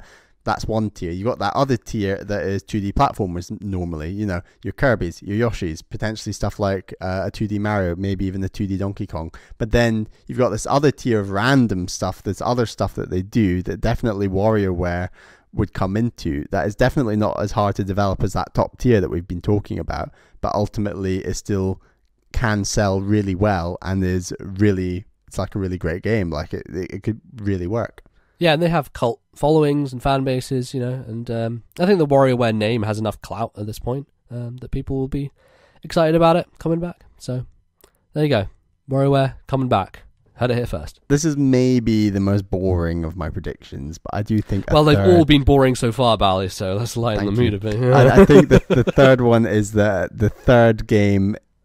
Sorry, this is my third prediction, isn't it? And it's also the third game in the series I'm predicting, and that is the new Donkey Kong Country games. Okay. I think it won't be retro. I think I'm finally convinced they're probably working on something else. I have no idea what they're working on. I don't think anyone does. But I think that Donkey Kong is a very good game. I think it's coming to Switch, and I think that similar to something like Bayonetta, they will try and put some sort of package of the first two games in the trilogy in some package beforehand, and then a few months down the line you'll get the third game, and that there'll be two separate packs, and I think they'll just come up with more great 2D platforming ideas and bring it to Switch. I think it's just, obviously Tropical Freeze is one of my favorite games of all time, and I think that rather than just do a re-release of that game, which I do think is also coming, they're going to go to the next step and do a third. And everyone agrees that everything comes best in threes. So there you go. Yeah. And they'll come out in autumn, a bit like Mario Odyssey. My problem with this is just the overabundance of ports that will be happening. Because we already have Bayonetta. We imagine that Smash Brothers will be a port of some kind, an enhanced version. Maybe there's too many 2D platformers. That would be the third 2D platformer of 2018 alongside Kirby and Yoshi. Right, exactly. Not that Nintendo ever not been through phases where they just release 2D platformer after 2D platformer, because it is a format that they are very keen on and they think sells well. Yeah, for sure. I don't know. The one thing I worry about is that if another studio tackles it, I don't know if they are going to be able to improve on Tropical Freeze, because Tropical Freeze is a very difficult game to improve on. It's almost a peak in its genre in terms of level design. I agree, but I think a lot of people would have said the same about the first Galaxy game. Yeah, for sure. Yeah, I'm not saying it's impossible. I agree, it's incredibly hard. And also, as a new development studio, like you don't know. Like, is it going to be given to next level? Do you think someone like Monster Games steps in? Like, I just don't know who. Is it an internal EAD game? I just don't know what team they put on this. Essentially, is my worry. But yeah, I think it's possible for sure. I think those Donkey Kong games sold well enough that they definitely should have another one. And I think they're good enough and enjoyable enough that we should have more. Yeah. Interesting. Right. We'll see. So we're on third prediction, right? Yes. So my third prediction is that Project Octopath Traveler will be renamed to Final Fantasy: Octopath Traveler, because Square Enix can't let go of their dumb names, and yet they will still want to give it more market appeal. So yeah, after the positive reception of the demo and people being like really crazy about it, they will feel confident enough to slap the Final Fantasy name on it. It will give them better PR. It will mean it appeals to a much wider crowd of people. It will be expanded more and all that stuff, and it will release in May of 2018. And it will also receive some sick-ass 2D sprite amiibos, which I will look at for a second and think, wow, I'm going to buy those, and then I'm going to go, no, amiibo are stupid, I'm not going to buy those, but they will look sick. So far that Mario one is the only... No, there's Mr. Game & Watch who actually is 2D, and then there's the pixelated Mario, and also the pixelated Link. Yes, those are the only pixelated ones. Although when I say 2D sprite ones, I think like literally like they're going to be thin 2D like the Game & Watch amiibo. So yeah, basically. It's like a thin piece of plastic. Okay. Exactly, yeah. Yeah, interesting. I'm really intrigued where they go with that game, because I think we talked recently, just last episode, it was our most anticipated game of 2018, and yeah, how are they going to make these 8 paths link? How does that all work? I think there's a lot to be shown of that game still. Maybe that's something they could talk about a bit more if there is a direct in January. Do you think it's credible that they will slap the Final Fantasy name on this to give it more credibility? Maybe, I don't know. I mean, they didn't with Bravely Default, because like, what do they call it otherwise, right? Do they just go with this name of Octopath Traveler still? Like, that's just what I'm thinking. Like, what are they going to call this game? Because that's a terrible name. It's not stopped Square Enix in the past for sure, but like, I don't know. If you're someone like me who has played a few JRPGs but not a ton, I actually find, strangely enough, the Final Fantasy name quite intimidating. It's quite it's quite, whoa, Final Fantasy, that's like your proper video game JRPG. There's too many games in that. I've not played enough of those, right? Yeah, and it's kind of like, I don't really want to get involved in that series and how it all links up. And maybe that's the ethos they went with Bravely Default, where it was a new brand, and it feels like they're going for a new brand. You're right, they might still change the name drastically. And definitely Octopath Traveler is a bit of a strange name. It's awful. But I at the same time, slapping on Final Fantasy attracts a huge fan base. So like, there's ups and downs to both sides. I think they'll probably stick with something closer to this existing name than go for Final Fantasy. All right, fair enough. What is your next prediction? Number 4. By the end of 2018, the Switch will be close to, but not past, 20 million sales. There will be no price cut in 2018, and potentially more bundles that include different colored Joy-Cons and all that. We'll keep going with that. That'll be great. The rate of games coming out and third-party support, at least from companies like Bethesda, will continue to be very strong. We will finally get a day-in-date release for a major third-party game alongside an Xbox and PS4 release date on the Switch. One. And it'll probably be from Bethesda. And I think that game, whatever it will be announced at E3, and it won't be during Nintendo's Direct. It'll be that own company's presentation. That's good. I like that. 20 million, eh? I think that's a conservative estimate. Not quite past it, just under. So just under, okay. I think that they were like just 10.5 million or something, right, at the end. Yeah, and that's not even a full year. That is, we do need to keep an account. That is since March when it launched, right? Which is exactly. Only 9 months. It's not 12. So assuming the rate drops ever so slightly, but it's still very good. I think 2 years into a console life cycle, 20 million is a good number. I feel like it's going to sell a bit more, honestly. I mean, if it sells more than that, it's doing incredibly well. Like, well, the thing is that someone wrote into Kind of Funny Games Daily yesterday about this topic. Was Andrea Renee was thinking that like, oh, you know, it's going to drop off in terms of sales because like consoles drop off in terms of numbers eventually, and someone wrote in being like, no, like the later years of the consoles, they sell way more. Like this year, for example, the PS4 had its best year in its history. Right. It sold 20 million units or something stupid. So it is very possible that it just gets more momentum, and it makes more sense, right? Because as you go further along, the software library is larger, the price will eventually go down, right. Although I doubt in 2018 that's going to happen for Switch. But eventually it will, and I don't know. I don't know if the second year is where it drops off at all, or if whether it like stays similar. Or the fact that the price won't drop in 2018 is why maybe I think it won't go past 20. But you're right. In third, fourth, fifth year, when I predict you probably will get some sort of price drops, especially in 2019. You're right. That's when it could sell gangbusters. The Wii U never got a price drop. I just want to put that out there. They never dropped the price on the Wii U.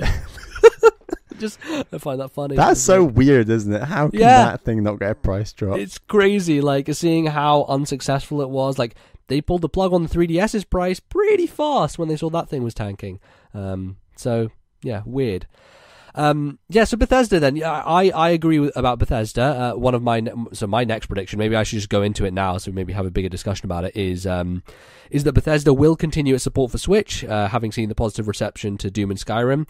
They will port some of their commercial failures, like Dishonored 1 and 2 and Prey, hoping that the Switch audience will be more receptive, as there's less competition on the platform for like Western AAA games. And they've already had success there with Skyrim and Doom so far. But even more so, Bethesda will be working with Nintendo on a collaboration project that will involve a Nintendo IP. It will be revealed at E3 2018. Oh. So this is like Nintendo and Bethesda is just like, we got on really well last year. Let's take this relationship to the next step. I feel like this is an Ubisoft Mario plus Rabbids scenario, right? Where do you want to point out a franchise? God, see, I find it very difficult to think of one. I think the ones that fit Bethesda best are probably Metroid, Fire Emblem, and Zelda, right? When you think about... Oh my God, could you imagine if Bethesda were working on Prime 4? No, and I would not want them to. Quite frankly, that would be the fucking worst thing in the world. The reason Prime is a good game is because it's a polished first-person game. I don't want a jank studio like Bethesda making Metroid Prime, thank you very much. I do think, however, that they could collaborate with Nintendo on some sort of crossover title, and I think Fire Emblem is a good candidate because they seem to be whoring it out all over the place. It fits with a fantasy setting potentially, but Bethesda only tend to make really large scale games or kind of mid-tier games, and I'm trying to think, like, would this be a brand new franchise that Bethesda works on, or would it be a Nintendo IP that Nintendo allow them to create a spin-off of?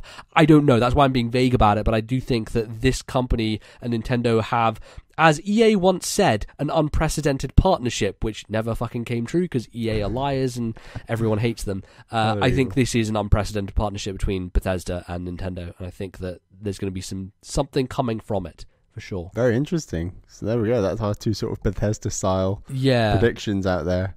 What do you think about like them bringing things like Fallout and Dishonored and Prey to the Switch? Do you think that those games will do better on Switch as a result? Because they really, like, those are the games that just didn't do well commercially. Like, they just didn't sell on PS4 or Xbox at all. I think the Switch is like is rapidly like the fastest growing, consumer base out there, I guess. And I think I just need a bit more knowledge about how much it costs them to bring existing games to the Switch. If it's affordable, I think you're going to get absolutely loads of them, like you predict. I think you're right. Like, if it that is my one caveat, is like they need enough studios and enough manpower to do this. Whether it's worth the investment of doing so, because Skyrim and Doom clearly were, because they were successful to begin with. Definitely. And I don't know enough about how much that takes versus building a game from the ground up. But if they can do it, they absolutely will. And you're right. Like, the Switch is like an interesting fan base where I'm sure there's some people who won't have played any of those games before, like me, who might just see something that they're interested in and go for it. depending on what other releases there are in the year. I mean, 2017, there were lots of third-party games I would have loved to have tried, but I just wasn't able to because there was so much to play. And I think we will generally have that problem with 2018. I think it sounds like there's a lot coming out. All right, then. So, Bally, let's go to your fifth and final prediction. So my fifth prediction has a safe element and then a more risky element, like a bit more out there element. So I think that open spaces and reinventing Nintendo franchises, as I mentioned earlier with Prime 4, I know you disagree with my prediction there, but I think even if it doesn't continue with Prime 4, it's going to be something that does continue with other franchises. And I think the most likely franchise it will be continued with is potentially Pikmin 4. I think that if it is Pikmin 4, and we know that that's something that has been worked on a while, it'll probably come out this year. But above and beyond that, I think open spaces and open world elements, not open worlds necessarily, but open world elements, and mixing up video game formulas of two franchises that one had a game come out very recently that was very poorly rated, and the other one just hasn't had a game out in ages, are F-Zero and Star Fox. I think both of them, Nintendo have constantly said, like, why would we bring out another F-Zero? What on earth would we do with it? And while there's many F-Zero fans out there like me who are just like, bring it out in HD, put it online, bring out some new tracks. I don't care. I just want F-Zero. Likewise, I think Nintendo, how they're so stubborn in their ways and they have to do something different and unique. The lore, the characters, the world building of F-Zero is really strong in my view. And particularly something like F-Zero or even Star Fox, you really could create something similar to open worlds and exploration in and around that game. For F-Zero, this could mean something that actually turns the racing into street racing in some element. And for Star Fox, likewise, I think there's lots of space shooter elements of that where there could be a lot more getting out of spaceships into other craft, taking off to different planets and things like that. I think it's a very bold idea, but I think that the way that Breath of the Wild completely reinvented Zelda from the ground up, I think that Nintendo will think that was a massive success when we really had to think about how we reinvent that game. And while a lot of people want Star Fox, and like Star Fox is a tricky one because everyone's like, oh yeah, Star Fox 64, it's the best game ever, and it's like, but when you go back to that game, it's a very simple game ultimately. It's like lots of linear levels, but the world creation is actually quite strong, and there's more you can do with that universe. And I think that Nintendo could potentially be open to the idea of going for something very bold and ground up with a franchise that at the moment is stalling, such as F-Zero or such as Star Fox. And if it is one of those two and not Pikmin 4, I think it'll be much later. It'll be 2019 or later, and I think we'll just get a teaser for it this year potentially. So I don't think it's necessarily coming this year, but I think that the idea that something is from the ground up and completely reinvented will be repeated in 2019 with an existing Nintendo franchise. Okay, I like the Pikmin idea. I think that that's one that makes sense for that game. Because one of the things about Pikmin 3 that I really enjoyed was just exploring the place. Because there was a lot of like kind of Metroid-style gates and things that you had to wait to get to.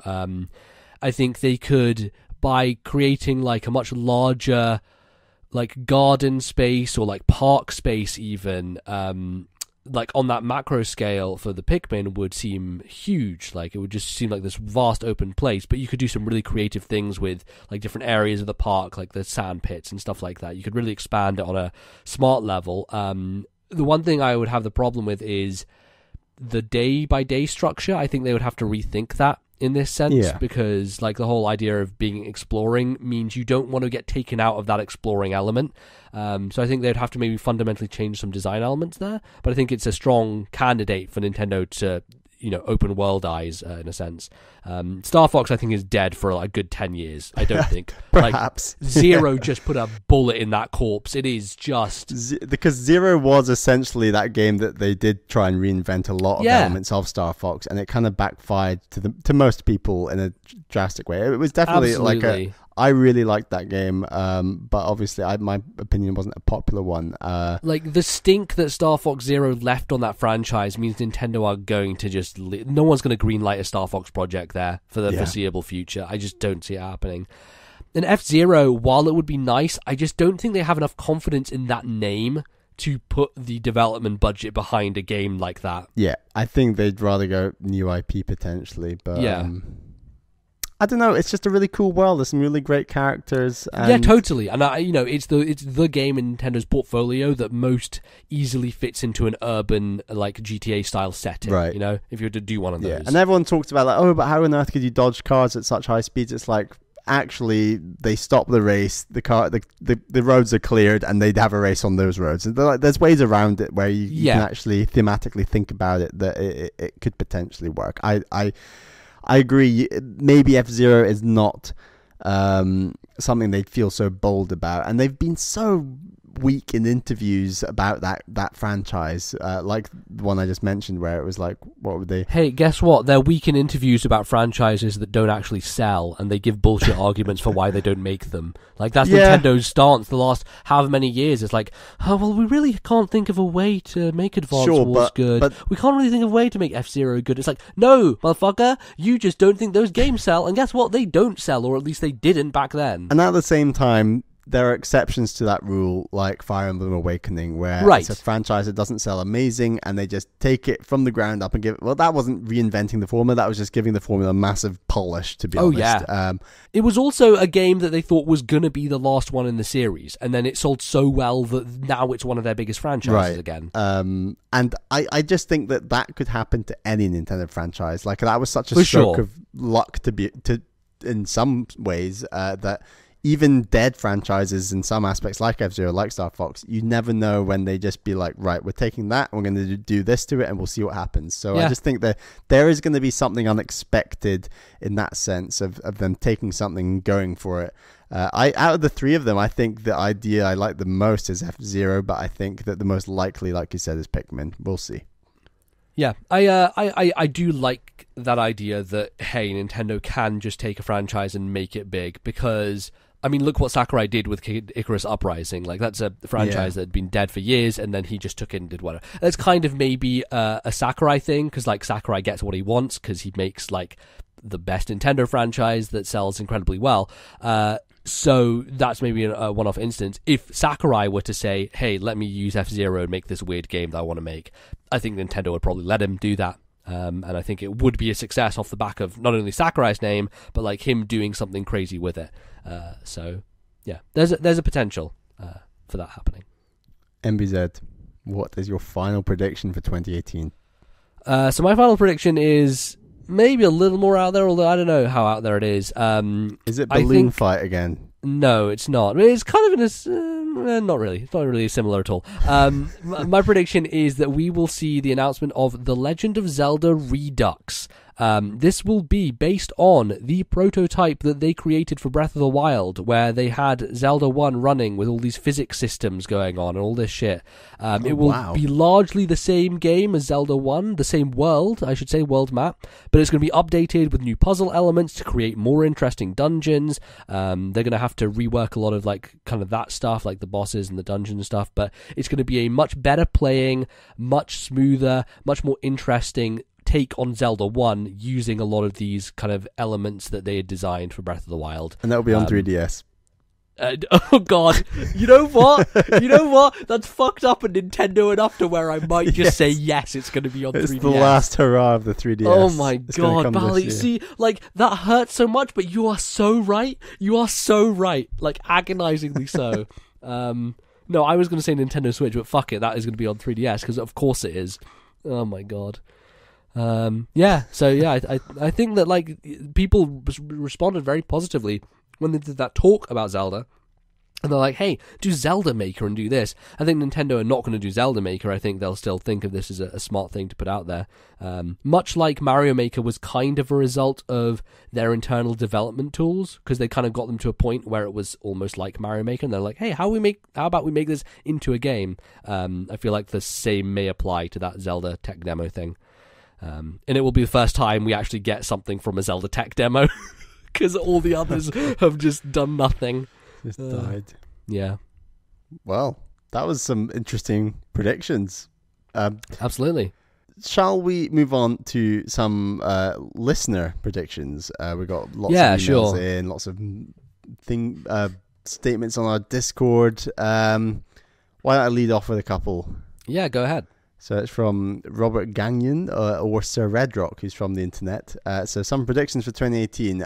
New Mario Party game coming this year to the Switch and 3DS. And then a bonus prediction, he says, you will butcher my name again. So yeah, Gagnon? What are we thinking? Who knows, Bally? Who knows? Maybe one day we'll find out. But for now, I think we're satisfied in butchering names. It is in our foreview. Mario Party game, Bally, they already released Top 100 for 3DS. Mario Party is a series that still sells no matter how bad it is and no matter how far they push it to never have online. It's just such a good example of Nintendo's stubbornness, that series. It's like, yep, we're not going to change the formula. Has it sold well recently? Do we know? I don't know. I really just don't know how well Mario Party games sell. I feel like the ones on Wii actually sold really well. Probably because it's like perfect for that audience. It's like the party game for the party system. Exactly.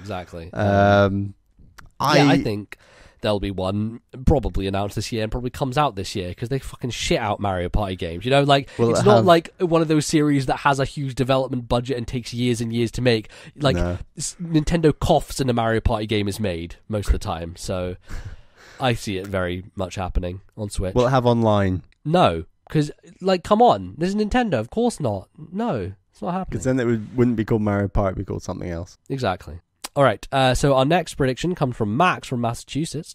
And he says, hey there, this Nintendo Life crew. I hope you both had a wonderful New Year's and are just as excited about Nintendo in 2018 as I am. Anyway, here are a few of my predictions for 2018. I should also say that, like, a bunch of people who sent us predictions send us loads of predictions. We've kind of pared them down to like 1 or 2 per person just so we don't get bogged down, and there's maybe some crossover from what we did earlier as well. So these are the ones I picked from Max, which were a Grezzo made Zelda game. Recently Grezzo, the team behind N64 Zelda remakes, has been hiring programmers to help make, quote, a legend. The last time they were hiring for a legend was for Majora's Mask 3D, so they're most likely working on something Zelda related. This new job listing is looking for experience with HD game development, so my dreams of a Zelda 2 remake could become a reality, but it's probably just Skyward Sword HD. What do you think about that, Bally? How are you feeling about Grezzo working on another Zelda game? I don't know. I think there's been quite a lot of calls for Wind Waker HD to just come to Switch, but that is slightly different. Grezzo didn't make that. That was Nintendo EAD. Right, exactly. Right. What other Zeldas could come to Switch? I'm not sure. I'm not feeling it. I think Skyward Sword is the one, honestly. And I think that the Joy-Cons being there, allowing for motion control, means that it is a likely thing to happen. I feel like maybe it's a bit too early for that game to get re-released again, but then again, like 2011 was 7 years ago at this point, so it's possible. I think that if Grezzo make a Zelda game, it will probably hew closer to something like I said, which is more of like a kind of classic style Zelda game that gets remade and gets a bit of paint put on it a bit more. I was looking this up because there was a rumor recently floating around that seems to be bullshit about Grezzo working on a Link's Awakening remake, which would be very interesting. Right. But someone who had that rumor was like, oh yes, Grezzo, the people who worked on A Link Between Worlds and Triforce Heroes. And I'm like, in the Reset Era thread, I'm like, no, they didn't work on either of those games. And then I looked it up, and apparently Grezzo did have some input on Triforce Heroes. So they were like semi-development on Triforce Heroes. So I do think that if they do make another Zelda game, it could be another spin-off title in that mold that Nintendo maybe gives them the green light on. And of course, like Link Between Worlds started out as a Link to the Past remake, and then they thought, actually, let's take these ideas and do its own thing. So, like, who knows if, like, they maybe went for a Link's Awakening remake and thought the same thing, where actually we're coming up with so many new ideas for this remake, let's just turn this into something new. Yeah, and I think Grezzo have proven their chops enough, and there are enough people who liked Ever Oasis as poorly as that game probably did for them, that I think Grezzo, doing a bit more of their own thing with Zelda would be cool, and I would like to see that. But yeah, like 3DS Zelda as its final hurrah, potentially. We all thought it was Metroid, but actually it's going to be Zelda this year. Yeah, maybe. And then finishes off saying Nintendo's 2018 has the potential to be just as great as last year, and I really hope they continue with the monthly releases. Looking forward to your inevitable Nintendo Direct discussion podcast, so let's hope Nintendo has some excellent games to show. Hopefully that'll be next episode, if all things go to plan. Are we confident these rumors are correct? Are the sources in line? There's a lot of people corroborating. It makes sense. There was already the EA leak, which was the marketing materials that was like, oh, because Faye, you know that game they announced at E3 a couple of years ago? Faye is coming to Switch, and so there was things on that saying, hey, this is probably going to be in the January Direct. So there is going to be a January Direct if the EA press materials are to be believed. Whether it is now or a bit later is up in the air. But I feel pretty confident that it's happening soon. So right. So our next email is from Daniel M., who's from the internet. More Wii U ports to pad weak first-party support in 2018 compared to 2017. Mario Maker and Smash Bros. DX are my picks for ports. So we talked about this a little bit with your idea of, what was it coming? Donkey Kong Country, the two new Donkey Kong Country games. Yeah, I think with Donkey Kong Country coming over, then that would mean you only have to do Mario Maker and Smash, and then you pretty much have all the relevant Wii U games on Switch at that point. Those three kind of seal the deal, honestly. I struggle to think of others. There are probably a few that are escaping me. But I definitely think that Nintendo are going to try to not do that many. Just because, yes, it helps to pad out the support of the first party, but also we're now in a place where Nintendo has some third parties picking up the slack, and of course you have the indies all over the place. So I think they want to be a bit more cautious in their approach when it comes to ports. Just it looks a bit bad otherwise, you know.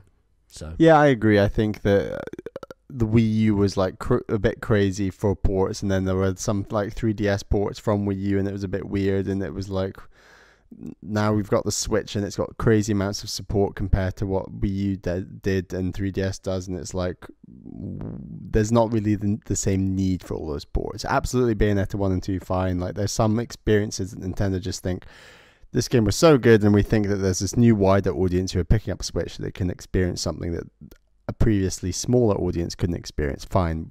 But also with Bayonetta, it's kind of a make good on their partnership with Platinum to be like, hey guys, you know, we want to work with you some more, and you know, Wii U wasn't the best system for Bayonetta 2, but this system's doing well, and you can get another chance to sell this game and do it really well. So I think that's probably maybe helping them out too, to some degree. Yeah. Makes sense. Daniel M. also says Nintendo will confirm no first-party games for 3DS in 2019. Thanks, guys, for a fun podcast. So he thinks that Reggie is going to come out in a press release and say 3DS support is done from us, basically, in a first-party capacity at the end of this year. I think they're just going to flog that thing forever. I don't know. It feels like it, doesn't it? It feels like it's the thing that everyone wants to die and just will not die.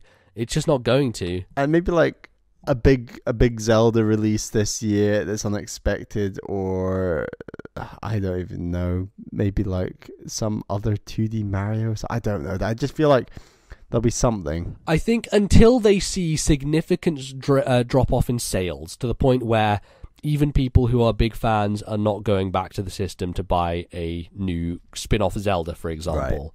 Like or if Triforce Heroes came out in 2018, I really think it would flop. I think Triforce Heroes would not sell well at all. And I don't think it sold like tremendously beforehand, but it's not enough of a good proposition to get people back to their 3DSs when everyone has moved over to Switch. There's a lot more hype about a 2D Metroid. It was like, oh my god, this thing hasn't happened in such a long time. Maybe a lot of 3DS owners just waiting for when Pokemon does make it to Switch, and then that's the final nail in the coffin for the 3DSs. Once the main handheld game, the handheld game of all handheld games, Pokemon moves, then that's when they move or something. I don't know. Potentially. Like, as soon as Pokemon comes to Switch, 3DS is definitely dead. I think that's for certain. Let's move on to our next one, which is from Technologic, who says, I'm very much looking forward to information about Fire Emblem for the Switch. I'm just praying we don't get a Fates clone. If the alleged leaks about the gothic Castlevania-style theme for the next game are true, I'd be honestly pleased. A couple of rumors going around about this I saw, and as I have stated many times, I want Fire Emblem to be bold and different and do something totally new with its setting. I would love a sci-fi Fire Emblem with lightsabers and all that stuff. Like, I think that would be incredible. but I definitely want to change. I don't want another medieval fantasy game. I think to some degree, like, that is what Fire Emblem is, so it's hard to escape it. But I really, if they want to be fresh and they want to do something a bit different with the series, and it is the first console release since the Wii game, I think they need to do something a bit different. I just worry that now Fire Emblem, it's not in the worst way. Like, I definitely think that it's less of an Animal Crossing Pokemon situation, because they still do a lot of different things. Like, Shadows of Valentia is so completely different from Fates and Awakening, so they are trying their best to get out there. But I wonder, with the success of all the marriage, kid stuff, whether they want to just keep all that stuff in and stay the course. I don't know. How do you feel about it, Bally? I mean, Zelda is also a fantasy setting, and with Breath of the Wild there were definitely elements of like science and magic and laser swords and something that was a bit more technological and un-Zelda like to some degree. And there's ways in which you can take fantasy to somewhere different. Like, we've always said Star Wars is massively fantasy related. It's just a very different style of fantasy. Like, there's a way that you can keep the characters, keep the idea, and change that universe drastically to give it a really fresh feel. And yeah, I'd love that if they did that for the Switch version. I think it'd be really interesting. Yeah, I just want to change more than anything else. That's the big thing. And then he says, finally, I'm really hoping we get Gen 4 Pokemon remakes for the 3DS. Platinum is probably my favourite entry into the series, and I love it for many of the same reasons that MBZ voiced in his long-ass interview with Sun-Ji. If we don't see a third and final Gen 7 installment, I doubt we'll see a main series Pokemon game out this year, but perhaps we'll be given something to mull us over. Pokemon Snap for Switch, maybe? Out of interest, would either of you two pick up a version if they did a Diamond and Pearl remake? To answer that question, I'd probably say yes. It'd probably be the only Pokemon product I would ever buy, if only because of nostalgia. Like, Diamond and Pearl is, if I push myself, I actually think Diamond and Pearl is my favorite series or version, just because it was the whole introduction of the competitive scene and all of that stuff for me. Have a lot of positive feelings tied to that game. But, Pokemon is in an interesting position where it almost feels like a risk for Pokemon whether they go on 3DS or Switch this year. Either system, I feel like, is a bit of a risk to some degree, just because if you go on Switch, then you're turning away. In some people happily pick up a Switch to play Pokemon. Absolutely, that's a huge selling point. But there'll be some people who own a 3DS and that's like their Pokemon system. And then if you release or even announce Pokemon for Switch on the Switch in 2018, I feel like there will still be some people saying, I really want it on 3DS. And I think that at the same time, if you release the next Pokemon on 3DS, or even if it's sort of like because we've just had Ultra Sun and Ultra Moon, so it's you're almost on to the next generation or some sort of, I guess you're on a remake here, aren't you? So that's why the suggestion of, well, technically, but with the Switch game being a new game, I think it's going to be the next generation. Like, I think it has to be, otherwise. And I can see it also being a risk not doing Pokemon this year, because years without Pokemon are very unusual in the sort of Nintendo grand scheme of things in the calendar. Like, it's very unusual to have years with a gap. So maybe they're right with like saying something like Pokemon Snap or some sort of spin-off that can just keep that Pokemon audience engaged in some way, or transition them onto Switch gradually. If that game came to Switch, that'd be great. I think just you need to move on at some point. You've had two full generations on 3DS. That's more than, or that's the most you usually have. Like, DS had Gen 4 and Gen 5. 3DS has Gen 6 and Gen 7. Like, there's not been, like, GBA was only one generation, Gen 3. And then Game Boy Color was sort of a half generation. Exactly. But there were two generations. So you don't really go beyond that, honestly, and I don't see them going beyond it. I think, like, they've already announced the Switch game is coming, so, I feel like 3DS is finally done with Ultra Sun and Ultra Moon. I hope so, at least, because otherwise, God help us all. Yeah, and I'd like to try out Pokemon on Switch. I still have been meaning to play Pokemon Sun. Here's a prediction of mine for 2018. You will not finish Pokemon Sun by the end of 2018. I'm getting there. Just put it out there. Just say it'll happen. All right. Next email we have, Bally, do you want to read? It's from Soothing Leaves. So 2018 predictions for Nintendo. In Q1, there will be an update to the UI of the Switch home screen and the eShop. They will start selling themes just like for the 3DS, and they will make searching the eShop a much smoother experience. So neither of us really talked about any of this stuff, even though we tend to sometimes in our predictions going in about activity logs and nonsense that we get very obsessed with. Themes is the thing, like, because there's a menu in the Switch OS of themes, and right now you can be white theme or black theme, and that is it. And I'm like, what the hell, Nintendo? Like, get this shit sorted, because people will, like, the one thing I have noticed more than anything else about the Switch is that it is a fashion statement. People like having their Joy-Cons unique. People like showing their Switch off. They like having it out in public. The Switch is an iconic device to be rolling around with. And so if you can customize your dashboard, what it looks like, for people who own Switches, who enjoy that stuff, like, for God's sake, there was a whole hubbub around Snake Pass because its icon wasn't good enough. People were angry at the icon for Snake Pass. Exactly, yeah. Like, people were angry enough that the SteamWorld, the Image and Form, went back and changed the icon for SteamWorld Dig 2. That's how ridiculous this shit has gotten. So, with a fashion statement console like the Switch, themes are a must-have, and this is definitely something I think is going to happen. That also ties into My Nintendo, which, by the way, still has Switch rewards listed as coming soon, a whole 9 months after the fucking consoles come out. And you think all that will change in 2018? Yeah, I definitely think that they're going to address the theme question, if nothing else, because that seems like the most easy to do thing. Also, guess what? It's monetizable, and Nintendo can make cash from it, so of course they're going to lean into it. And I think that stuff like themes and updates to the UI are very good to talk about in like directs and to that more niche audience. Like, it's definitely not something at E3. And they're also very good to bundle together and like, hey, this is the 5.0 update, and in the 5.0 update we do this, this, this, and this, and it all comes at once. Buy the digital version of Game X, and first of all, we will make all of the money, but secondly, you will get a free theme, and everyone's like, yeah, let's do it. Exactly, and that's what they've done with 3DS for ages now, and it makes sense to keep doing it. And it works well. Yeah. So Soothing Leaves then said they will botch at least one aspect of the last point, but overall it will be a pretty positive update. I think that's probably the best Nintendo prediction you can make, is that they're going to do this thing, also they're going to fuck this part of it up, because they're Nintendo. Absolutely. I appreciate that, for sure. Bonus predictions. Indie support will continue to be stellar and even improve. I think that's I agree. Going to happen. Is there any indie game out there that hasn't been announced for Switch yet, Bally, that you're still itching for? Anything that's on your horizon? I really want Brothers. Yeah? I mean, you've played it already, but, you know, going through that game already, again. But just with the Joy-Con, and it'd be so perfect. I don't know. It does kind of make it into a co-op game at that point in a much easier fashion. Yeah. For sure. Otherwise, I think the indies are through the roof. I think I couldn't really ask for more. All the great ones I think that you've talked about over the years are getting there. They're on it. Like, they're coming. Meat Boy's out in just a few days, so like it's happening. It's happening. Meat Boy coming out on the day of the supposed January Direct on the 11th.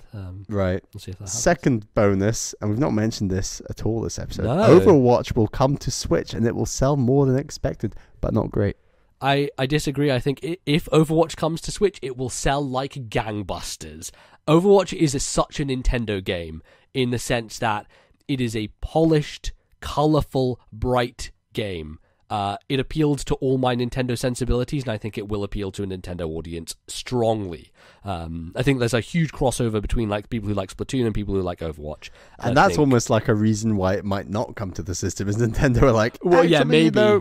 You know, it's going to overshadow our cannibalize our own franchise, our third-person shooter baby. So we don't want you stepping on our toes necessarily. But I mean, they're such different games, but like for sure they do have crossover in terms of. I mean, I would love it. I'd love to give Overwatch a go. It's one of the best games ever made, Bally. Of course, you want to play it. We shall see. Oh, it's so good. The one thing I worry about with Overwatch is like, Blizzard already has to update 3 current platforms right now, and they do have issues with that. They don't get patches out at exactly the same time. Like, sometimes characters release on PC before the PS4 and Xbox One, and there are definitely technical hills to climb for Overwatch, especially because it's such an online game that Nintendo's infrastructure is so fucked for that stuff that Blizzard might be put off altogether just on that one point. But if it does come true, I will be overjoyed. Being able to play Overwatch whenever I want portably sounds like I'll never play another game in my life, quite honestly. Pretty dangerous. So there you go. So then our final prediction comes from Devanis, who says, here are some of my predictions, some relatively safe and some a bit more unrealistic. We've got two of his. One is they will make a mobile game using the Zelda franchise this year, which was one of your predictions for 2017. Yeah, it was one of my predictions. It didn't happen, quite surprisingly to a degree. I think that I will stick by that, like, if another game's happening, which I presume it is, it'll be Zelda or Mario Kart. I feel like those are the two big franchises that have a wide appeal that haven't been used yet. Yeah, and I mean, Zelda has been proven to work on touchscreen before with Spirit Tracks and Phantom Hourglass. Like, there's a possibility to make a real Zelda game using touchscreen controls and not have it be ass. But I'm not sure whether they'll lean into that direction. Like, I think a cool idea could be maybe, like, dungeons, like just playing through some Zelda dungeons instead of having a big overworld, and or maybe puzzle rooms, like maybe make it a puzzle game. Honestly, Zelda works as a puzzle game more than anything else. It's all about like puzzle, just have like mini puzzle rooms that you have to figure things out. Like, you look at something like Gorogoa, and that's a puzzle game that works on iOS. I think Nintendo could think about what works on iOS as a puzzle game and tie a Zelda theme to it. And I think that would, like, imagine if you have a room with a bunch of things in it, and like you have like a bomb, an arrow, and like I don't know, a glass jar or something, and you have all these elements that you drag onto the screen and like figure out the puzzle essentially. That could be really cool. That's probably the best way to do it for Zelda, honestly, instead of trying to make a full-on adventure, which wouldn't make sense on mobile to me. And then next prediction is a new Luigi's Mansion for Switch, which no one has talked about yet, but I think is very good to bring up, because Luigi Mansion 2 sold very well on 3DS, and it was a game that I really enjoyed. I think they could definitely tighten up aspects, improve aspects we've discussed in the past are problems. Yeah, remove those narrow levels, open it up a bit more. There's some really cool stuff they could do with that. For sure. And I think that would be a great Switch game. Luigi's Mansion is it's an underloved franchise from Nintendo. It's like the only game that goes mildly into horror in their portfolio. And very mildly. And they do it in a cute way, which I can appreciate. It's what about those dark sections of Metroid Prime? Oh, yeah. No, actually, Metroid Prime is more of a horror game than Luigi's Mansion is, honestly. So, Anyway, that wraps up all the predictions from you guys. Thanks for sending those in. A lot of interesting things to discuss there. And I guess that's probably going to wrap it up for the show today. Bally, tell the people that we have a Patreon, and it's a thing that they can do with it. We have a Patreon. We have released 2 episodes of our 2 new Patreon exclusive shows. They are, of course, TNL Takes and TNL Ranks. TNL Ranks came out last month. That was for our top 2D platformers of all time. And then this month we did a TNL Takes talking about our history with Star Wars. I mean, obviously lots of people seen Last Jedi recently, so we wanted to go in depth on like our history with the saga and how we got into it. And then while I'm talking about Star Wars, I should say that we are also going to do a Last Jedi spoiler cast. It's going to come out a week from the day that you listen to this podcast, assuming you listened on Monday because you're that keen. It's going to come out a week today, and that's got nothing to do with Patreon. That's going to be open to everyone. We want to keep that open. So that will be our spoiler cast on The Last Jedi, coming out a week today. But as I said, we'd always love your support on Patreon if you want to hear us go a bit more in depth on our history with the Star Wars series. So make sure to check that out. And so those 2 podcasts are 2 different tiers on Patreon. If you want the video game stuff, that's the $2 tier. And if you want the non-video game stuff, which is the Star Wars podcast and other things like that, that will be the $5 tier. So either of those, whichever you choose, whichever you want. Any support is highly appreciated. Patreon.com/ThisNintendoLife for that. We also, Bally, should remind people, Backlog Club is in full effect. It's going to happen at the end of this month. We're getting through Final Fantasy VI. I'm waiting to get home soon. And as soon as I get home, that's all I'm doing is playing Final Fantasy VI. I'm getting stuck in. Yeah, I'm a few hours into that game. I've got to finish it up. We've not got an official podcast episode that we're going to talk about it, but we will have that for you very soon. I just need to get a bit further in that game before we can make it official, just because busy start to the year. Yeah, absolutely. So get playing if you haven't been playing yet. You can always discuss that on our Discord, and you can find that on our Twitter account, which we'll talk about in a second. And you can also email us. So if you have any thoughts on Final Fantasy VI, whether you're playing it with us right now or if you had thoughts on it in the past, if you like the game, email those to our email address, which is, Bally? ThisNintendoLife@gmail.com. That is ThisNintendoLife@gmail.com. And then, as MBZ said, also post on our Discord, which you can find linked through our Twitter, which of course is at TNL Podcast. That's at TNL Podcast. There's a link to our Discord server on there. Come and join the chat. We've always got some good chats on the go. It's good fun. Yep, find our YouTube channel there and our Patreon and all that good stuff. You can follow us on Twitter. Bally, where can they find you? Please find me at Ballyman91. That's BALLYMAN 91. I've been tweeting not too much over the Christmas period. But taking a break. I'm gonna try and fix that. Great. You can find me at LordNBZ on the Twitter. And yeah, that pretty much does us for this episode. I hope you guys enjoyed. Hope you're all looking forward to 2018 with Nintendo. It's going to be an interesting one for sure. And hopefully by the next episode, we'll have a bunch more news to discuss. So we will cross our fingers and see you then. But until then, thank you all for listening. And we'll be back very soon with some more This Nintendo Life. Goodbye, everyone.